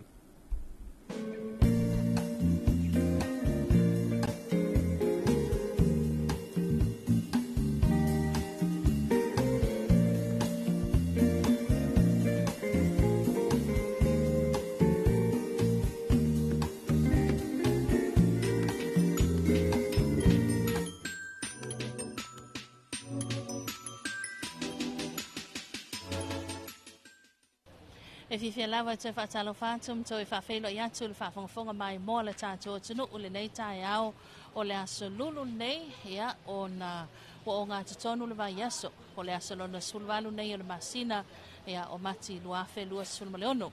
Ai o le tātou reporti fo nei le tātou maketi funga le nei tai au ia awa fo le sila fio tulanga pe na ile ta o tonga o sapalai le tātou maketi funga le ia ma le tau pati mai o malu le tātou tunu. Ia, sila mai o lea ua. Ai leo te tutu atu I luma o tolo. Tolo la nuuli ia. Ia, maua I fo ila male ava. Maua male ava lea, ava Samoa. Lea tutu whaatasi ale tolo male ava. Ia, o lo utuanga vale lea sila mai. Ia, te le niu lea wa amata na fola. Pe tau I leila male usu mai le tai au. Ia, whasol solo atu taimi lea wa uli. Ia, tato niu.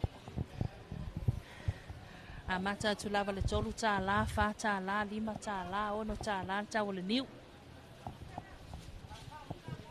Ia o maua tato au fai tele tato au fai palangi poila palangi. Ia o vai le manai. Ia le o I le fa tau au fai. Va.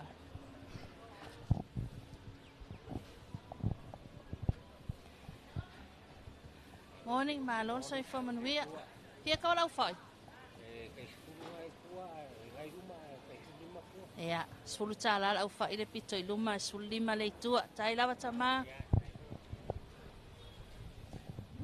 Yeah, Lutato Fasol Solo to Itato Laulawi, Itato Telo Tato Fala out, yeah. Ole Pepati Polo. Ia maua male queen pepper o le fiu. Ia maua le esi, ia o le maukeni. Ia wa sila mai. Ia o le esi tu le na maukeni, maua le pepa ango. A piu manaia. Ia o manaia hol kuava, ia nga vili ai le smoothie, ku kama o le fala o le maukeni. Ia o va. Mana ia le maukeni. Ia le na, le o tato ia, mana ia le au le leo faipula mesiluki a voka, maukeni, ia tele ia le fusipi isa la elu, mava. Ia tato ki polo, ia ese lava sai so ki polo, maua le esi, maua I fo ima le pepaniani, ia vai, o le fo ia le fuaka kuava.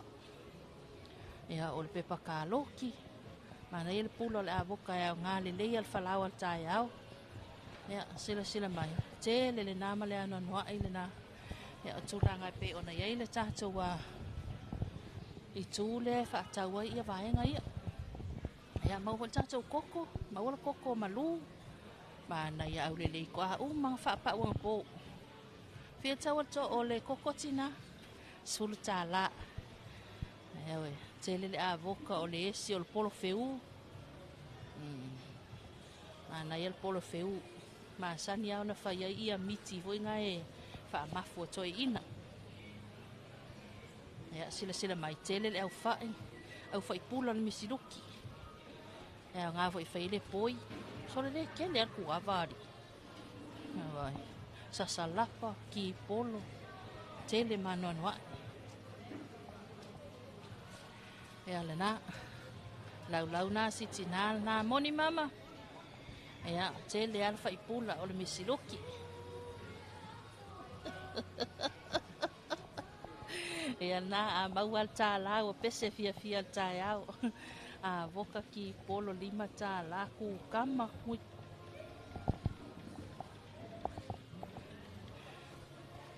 Moni ona melia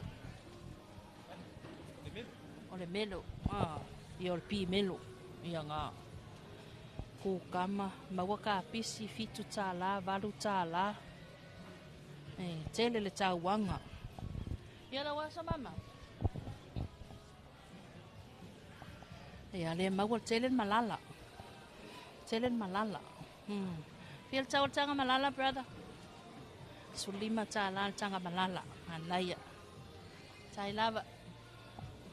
tele al fai pula fai palangi la le I le tu le fai palangi I mawai ma au fai mesiluki fo ia na o tai fai pula o tai fai mata ya o le sila ulau le na ai tele la na mata le fa pula tato se mai le tu me mata ya le o tato a mata tua I le pito I tua le ya na o fola tau talo na lua sul tala tau talo lua sul tala tau talo ma wala au fai palangi ya tele fo ia popo na o fola tato tau popo ma na ia lapo o popo lua fa ono valu iwa suru popo tau popo pia tau popo ati na fa mol suru tala mai a leo na oa ma na ya o le sia tato wa uka talo na tu lola lua sul tala lua fa le 5 talo tau talo soli lua sul tala ma na ia talo la le fa maina ma wa tato tau uli lua sul tala tau uli tasi la vale tau na ya ngai umai ya tato tau talo lua sul tala ia ole tia pula pae mal tia pula mumu kamale le fa masinga ya tele tau popo ya tulanga pe ona sila mai ai la tato tunu ma wa tato au fai tele au lua fai baka singa ya o fai palangi ya ma wa tato ato koko maka ya le lope fiel tau la na lele o I tangata ya naina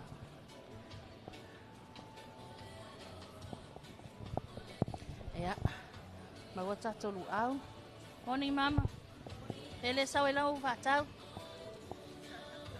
pusi sa fata ya sa lal fusi lu au tele lau fai palangi ma wa lau fai Samoa fia tau lau fai Samoa ya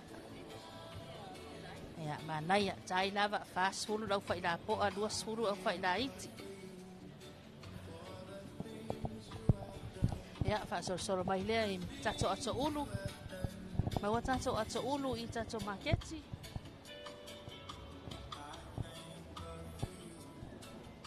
ya o isi tato ato koko ma ato popo na wa mai a leo na fau ato lu au tawanga ya o ufi ma wa tato ufi tasi lua tolu fa lima tato wa ta ufi le el tato maketi ya ile o tele se ufi ile taimi nei ya ole tele le koko tele le ato koko Samoa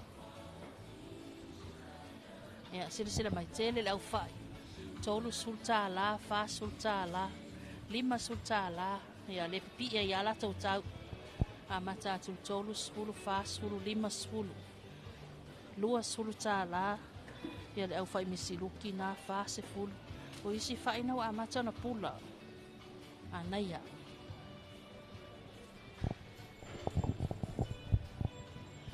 ya ni sinano malo au fai fa to angal tato tunu ya tato talo foi ya le tai ona umona fola tato talo lua sulta la talo malo fe filoi lava talo pa mal talo mumu ma mal tato au fai misiluki ya o ko se tau se ka amu fiel tau ta amu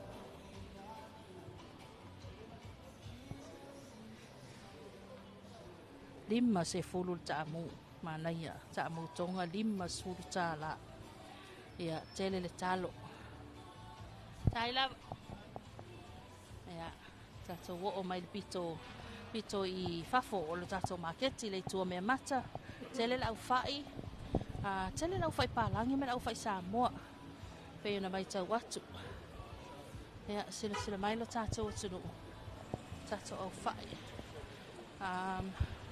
o le tuli manu pito I luma lea ya o le tato I tuo marketi lua sulta la tau talo lua fa 5 talo tau talo mana ia lapo ma wa mal ato ulu ma fala Ya, fia tau la to ulu, brother. Luas hulu tā la to ulu. O le taimi ala nei e te anga i mai ave o mata ulu ia luas hulu tā la to ulu. Ya, talo mai a le na wha mama futi futi.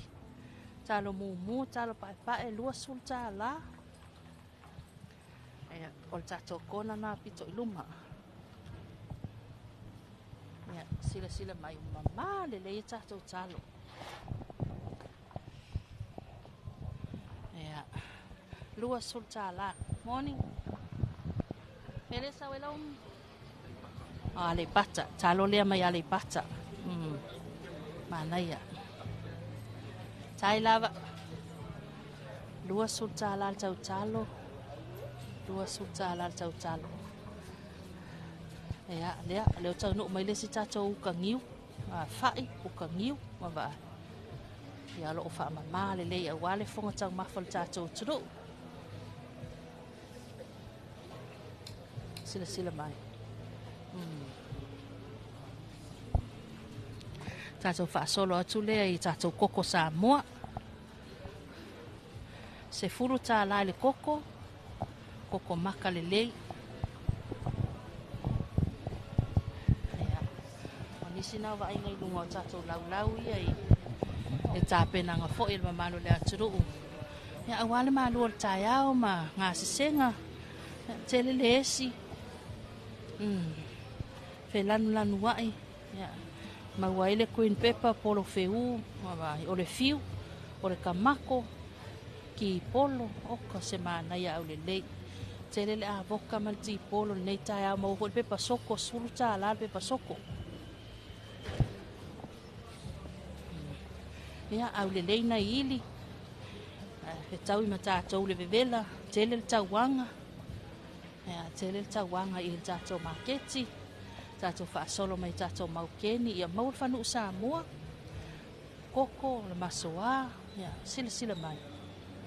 Tele le whaipula pālangi. Ya o tatou vi. Le maua tatou vi. Tatou maketi pe pati polo. Ya tele le isala elu, tele mananua I le isala elu. Ya le na o le fela nanua I le na. Ya o lunga tatou lau. Ya maua vineka pula le tele le avoka man sa salapa. Esi pula. Ya o fai le maua tatou fai Samoa pula. Tele misi luki man le fai palangi. Ya o le naua sila mai la tatou atunu e le tatou reporti atu I le tatou maketi funga le nei fo I tau le aso lulu ia ma ua sila fia ai ia tulanga pe ona ia le tatonga le tatou maketi anga I mai masu mai ia o lele I tai le aso a tulanga fo I o le ta oto le tatou maketi o le maua tatou ato ulu ma fala la popo ai na o le lua sulta la o lo ia I fo I tatou mea mata ia tele le fa valu e o lava le valu talo I le lua sulta la e pe ona sila vai le tatou tunu tele le au fai ia mai sel felan wa I o lungo lau ia I tapenanga ese pe ona ia fanu Samoa o le koko vai nga uma pe ona sila mai le tatou tunu e le tatou report le tatou maketi funga le sisi fa poponga ia o le tai au le aso fraile ia tatou le lofa malanga le li mai le maketi funga le so far so far.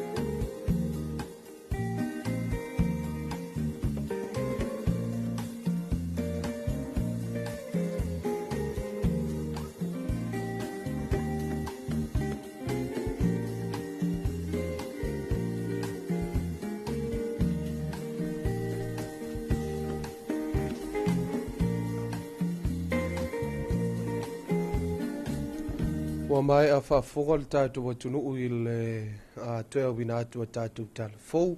Mai a fo i whaafonga i le tātou ripoti o le maketi. Ia pifo i ona awina mai ia pena tu ufatisia ma ripoti mai e le sunga i te Filipepe Don Moi Mausu. Ia le ana awai atu le tātou maketi ia i funga lei. Pifo i ona ia i le neiva i aso ia pe o le aso lulu, aso whareile, aso tonai ia tātou ripoti o le maketi. Ia ole o ngā tutonu lava i o le vai aso ia pe o se aso vui lele ia mo ia e tau le whaate tele hele mea mata ia e na o tulanga o whalau aina ia ma le whalau aina tau mata le tele i na wawa ai e tuai tele le whaipula o le whaipula pālangi o le whaipula misiluki ia whaasolo mai si mea wau maukeni ia o avoka ia ma le tele ma le anoa mo ia le mea mata i le tau ma tau atu iai ia tau le tele le talo tau le tele fui le ufi ia e tele ia au whai pālangi o le poila o le au whai Samoa pi o le ia ma le sila vaenga le na tomua mai iai ia le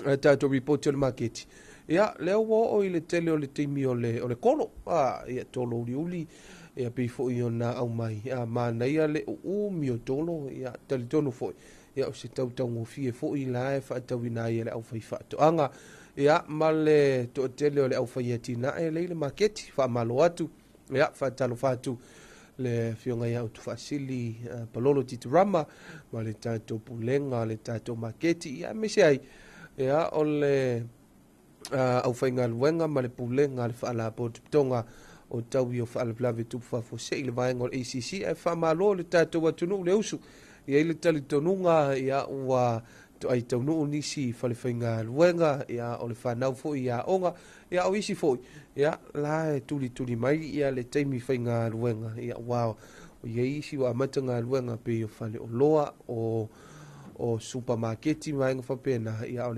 le to tele o le mtanga luenga o le malo mwhala potutonga le malo le amataliva ia o tūlanga na pe o na iei whanga solonga o le tātou porkalame le nita iau ai fia ua ma whatasi foi ma le whitalenga i a mausisi le utumose le niwa e ko le tai au ma lo le usu mau i le nita iau ia whatalofa atu Dwayne whatalofa atu ma lo le tawata i ma lo fo il fonga ma le tautua i lo tātou atunuu i le nei fo i tai au whatalofa atu fo'i le whaafonga mai moa mai a Samoa i le nei tai au fo o le aso lulu le ua tātou taunu u le aso lona sifun ma le valu o le masina o mati lua fe lua sifun ma le ono talofa ma lo le soifua manuia ma le lange mama mai tau atu i le li poti o le maketi tuain le nei tai au fai lava si tele o le mea mata ia mafuala au aina ma o loa ese o lo whatawina ai. A le lau te ata i lo utoe wa ai atu. Ia le utoe maua le meo le tolo. Ia le kolo.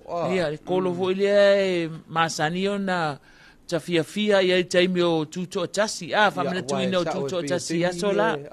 Wai ke le ai kolo o e ia. O ke fia ai kolo. Wai o me ai ia whape vo ianga o e ke ai le kolo. E mo fele kolo ila no vai a kolo.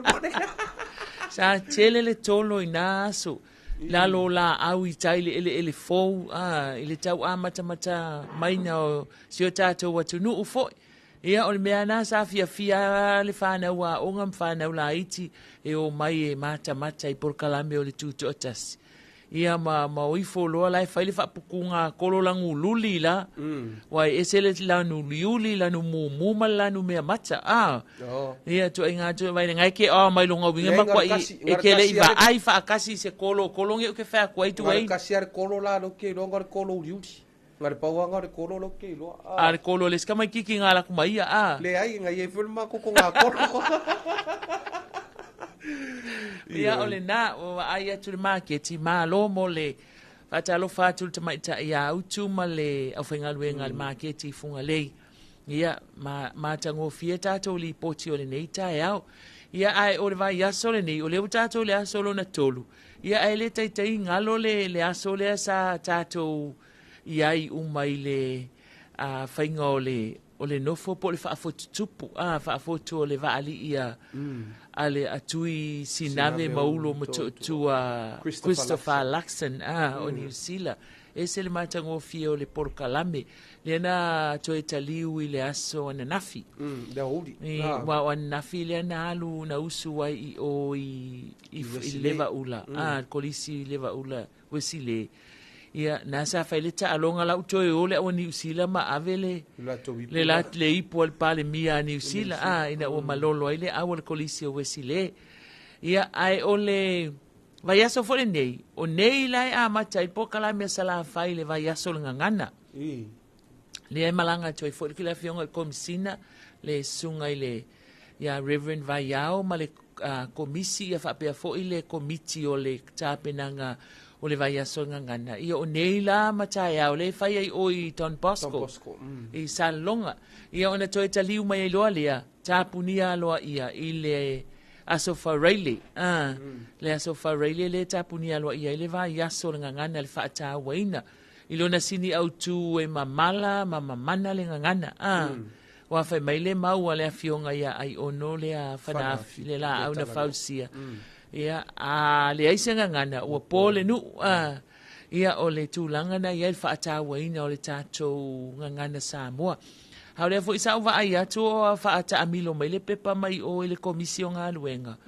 Ia e whaata ua ile whao ngā ina o le ngangana Samoa i wheso ta inga. Ile neiva yaso.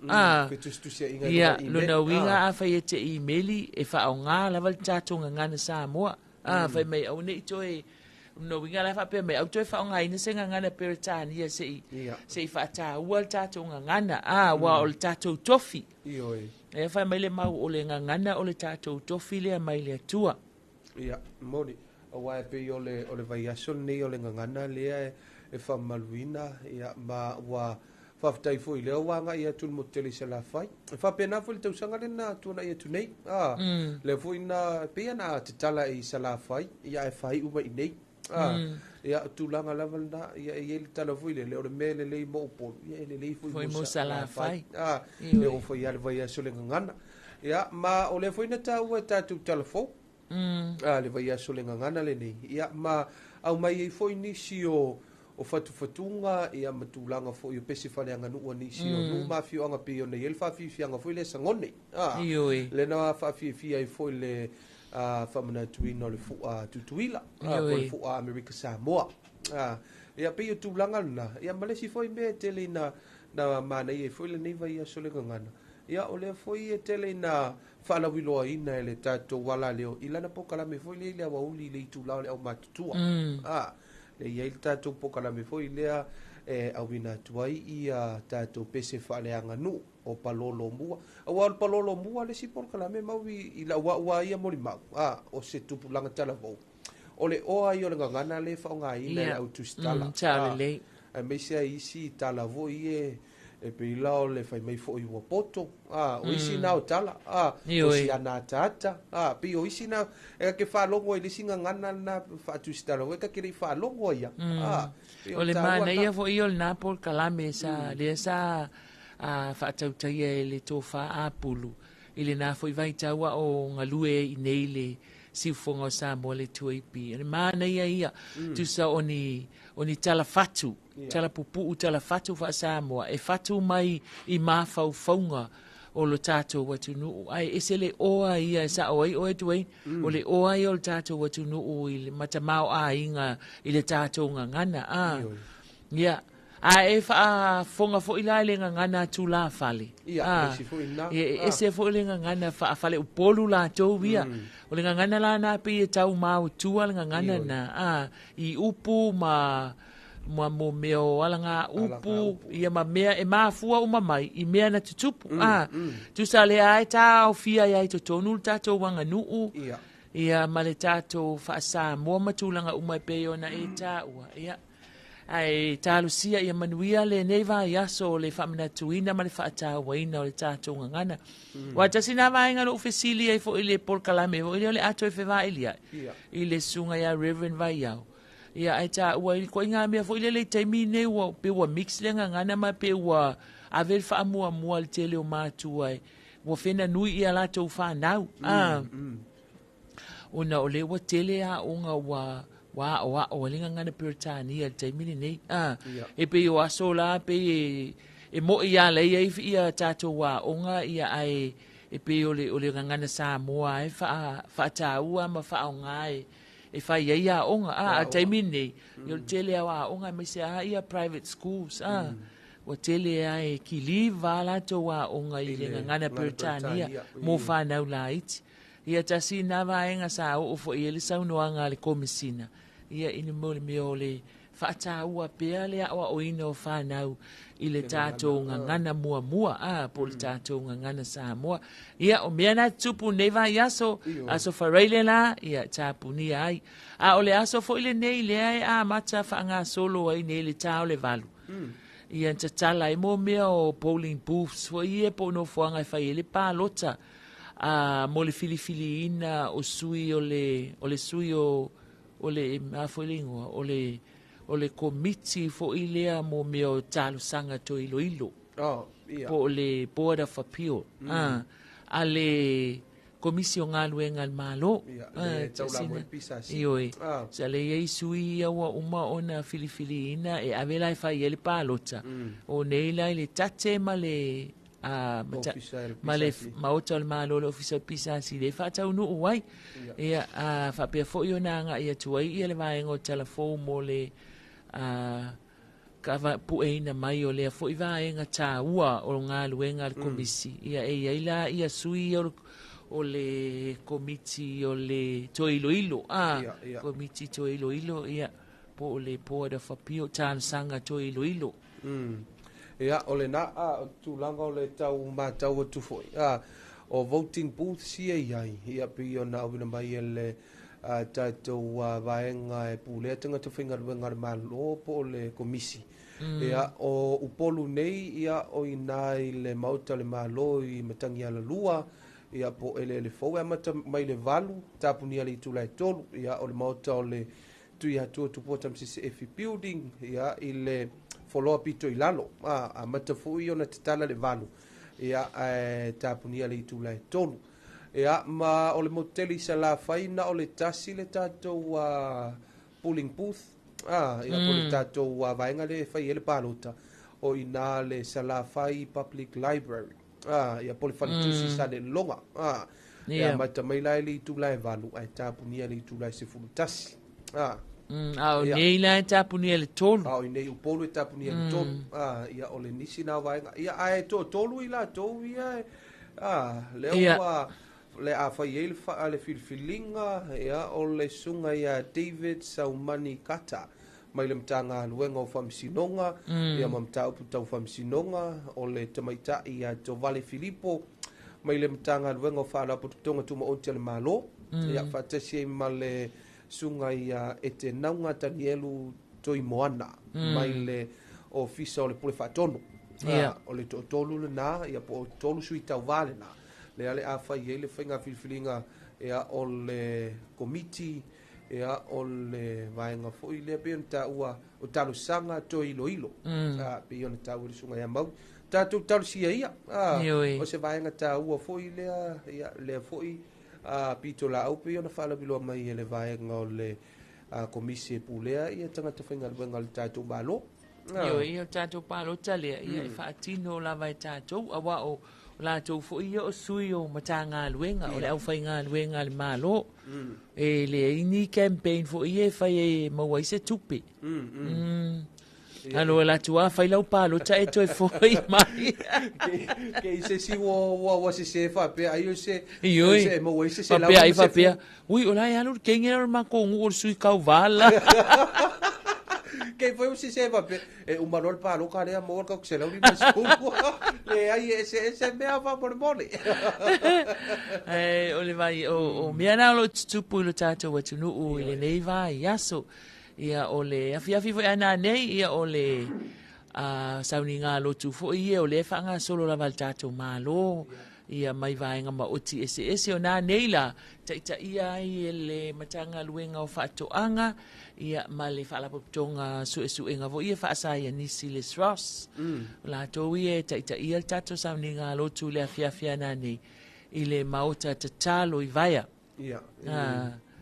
ia ai o nisi nā o vaenga ia po ngā luenga ma tūlanga masani o le vai aso talo sia ia le porkalame o le vai aso ngā ngana lai whaanga soloi i le motele i sala whaina ia whaataunu manuia ai whaatalo whaatu i le awhionga ia tua i malo Sam ia o lae mafuta maitua sivi ia malo soifua i le wafionga ia whaafitai fo i mafuta mai whaamanuia le atua le ngā luenga o le nei aso.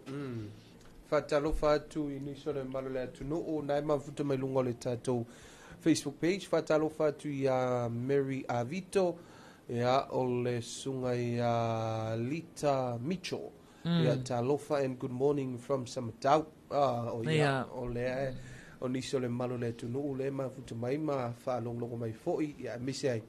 Ia ele ngata i Samone ia au atunu mamau wow le silia vaenga te leina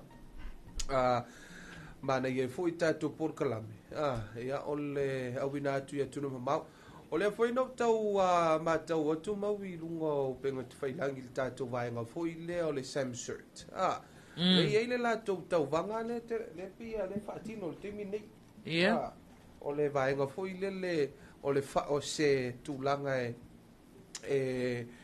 avelengo faliliu le ngana Samoa nisi o upu ia au mai pe o le digital transformation innovation critical information infrastructure ia e fangata le sunga fua lua suma le tolu mai fa Samoa atu fa Samoa atu upu nei e tolu ia o lo te tala le vanoa mo le mamalo si o tatou atu no mo wa failonga tupe ia o ia inga Whaatapula aina i le tasi le komeni. Lona winga e tasi le comment, o le tele o likes, ma react i le komeni. Ia e o le manu malo fo i le nā. E tapunia lai li tu lai iwa i le tai au.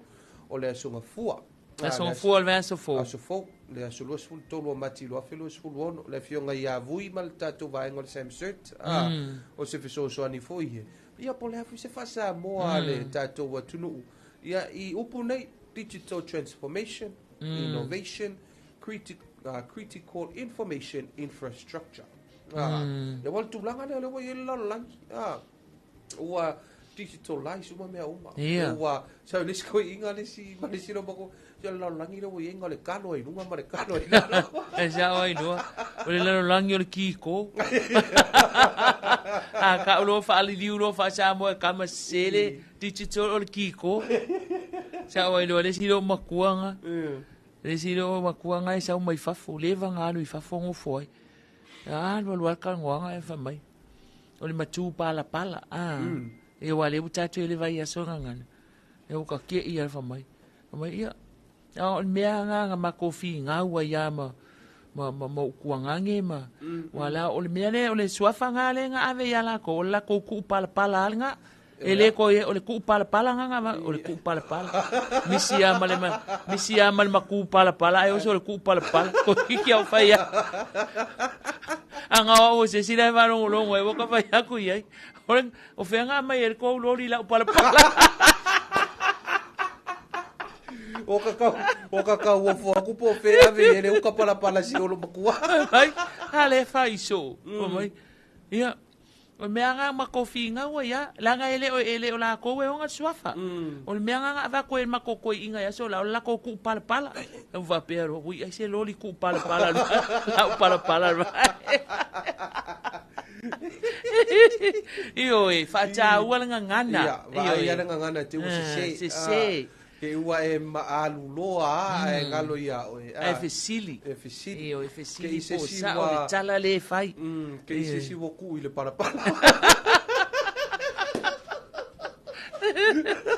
ai foi ai fa talo fa tu nu lai mafuta mai lunga o penga fesota inga e a fa pe foi ia tatu nu isa mo ne wele si vai nga lai o mai le ta vale ia mfa longo mai ai le tatu por kalame fo inisi na tala no mai va mai maui o kare ma lio ka kale o fa so oi sorry ma lio ka kale o fa so o I kai au pe a fai mai nga poka ma oi ia nga ele lo la vai nga la ka ko lo ngo fia sa fa so ko ya o le u la ka vale wa la nga le ya kwa nga I e pa wanga le e pa wanga pe ka lo le nga fa so le e fiu no su ai ma wa le u ka vale ka vale me afero va de fisiri lo fe va nga la ko fa lo o ila wo ku ka vale la wa ja oi no le nga ngu nga ko inga nga mai I got you o ki pia oi ai o so mal fa pala I got you ia o se vai a so nga ngana ia ingi me ange fu ia o fise ka I kala ia e fa maro atu tato atunu ia wa le nga ngana per time ia li tuing ia ele angi ngau sa la kuala la ka ngangwe isha ku isi kai ai pa me ia malama ia malama o le ngana Samoa ia ele mafaila ona tato fata mala ia e te taua ona tato tala no me se foi tato le au fasala lau ma le au tu stala ia sa o le ngana tato te avatu wai ia le fe au lo tato watu nu wai o to tele isi o e isi tu stala fo ia atustus usa pe wa manga o fa nga male nga ma kua ai mai la ma kua le fe kaui lava male fe au la avian fa nga ai le nga ia ole fa tuanga fo ina tato atustus mal tato o fa sala ina ia fa nga tata wale nga la to ia ile tūlanga I te tau na whaonga I ai ole to inga mea le whaitete fo I alo tālu tele I tua whaitete ale a ngai tele I tua pole mautua o se tusi o na o le tūlanga le a wā a se ia se lo se tala I whai atu ele mwhaina atu I wha fo I mai ale se ele le ia la le tusi wai mawhai ona tusi a se fa asa o ielo ilo mai ale tangata la le fa asa la le tautala ia se atu loa ia o se ale na la wa wat ia peila ole sa o ai ko inga mela le o tala no fa pe on tatali fo il pokale o le tu pala e o a fa pe nei tati fai atu ai lungo le ia o tu inga tu langa na o ia mo me o le se watu le fai ona tu fa fo I mai ia o le si fo I tu a mau e ono ave foi ma wai ele sita mai titi foi le tele na fa longo mai ole a alu se ia male o ta pila mai ala fa ita inga pe ole tala mali e pole pokaleng tatal noi si ol matua le e fa pe ia le siga mai ki ole upusa ole sa o ale o tu pal ia ole sa ole upua ole matu pal ni awa e pe e mone ia ole si voyanga ke fa ke voyanga ka upua awa ki awa ka se ia ko mariska mai ki lo fa lo ko mai ka ia fasi e fuala ia fe me le la ngale fa me le ki ore upu mai tu ein fa me upunga ia ai manuia tele ne yaso manuia fo ile fa manatuina ole vai yaso ngana ilo tato watunu le tato ngana ole tato tofi manuia fo inisi o fuanga fa moenga malava singa ese ole ne yaso lulu ai maise ole fainga filifilinga ale au fainga luenga ale malo ia mo le filifilina le sui ia o le komiti fa atonu o talo sanga to ilo ia po o le board of appeal ale komisi o ngā luenga le tato malo manuia le nei aso I ngā luenga ma tiute Samoa mai se fo I o le whanau o onga manuia fo I le whaawa wina o le tiute e le tautua ina o le tato wa tinu Dwayne ia o le nā pi o nā whaafonga mai fo ia le tōwhai mausisi le utumose ia wavalua tu fo I le neitai au ia wafoli tatu whaasoa masani ia pe ona tatou wa ia I le vaenga whai o le tatou por kalame lewa toi 5 minute o tutoe ona tale o le iva ia whaafonga ia tatou tala mai le leiti o whaavau malo ni usila ia manu ia tele le nei aso le tatou atunu whamangano mai foi mau ma le sunga ia maui ia se upu fo ia o se tala o le tau tamali malu ave fale o tau finangalo ae te tolu ina pea ia le mai moa ma le whaafonga ia me se whaafonga mai le tātou wala leo ia i whaafifianga e me se por kalame whaanga solo o le o ngā tutono le nei vai aso i le nei fo i aso lulu. Manuia tele le nei aso i le mai moa ma le whaafonga mai a le tātou atu no.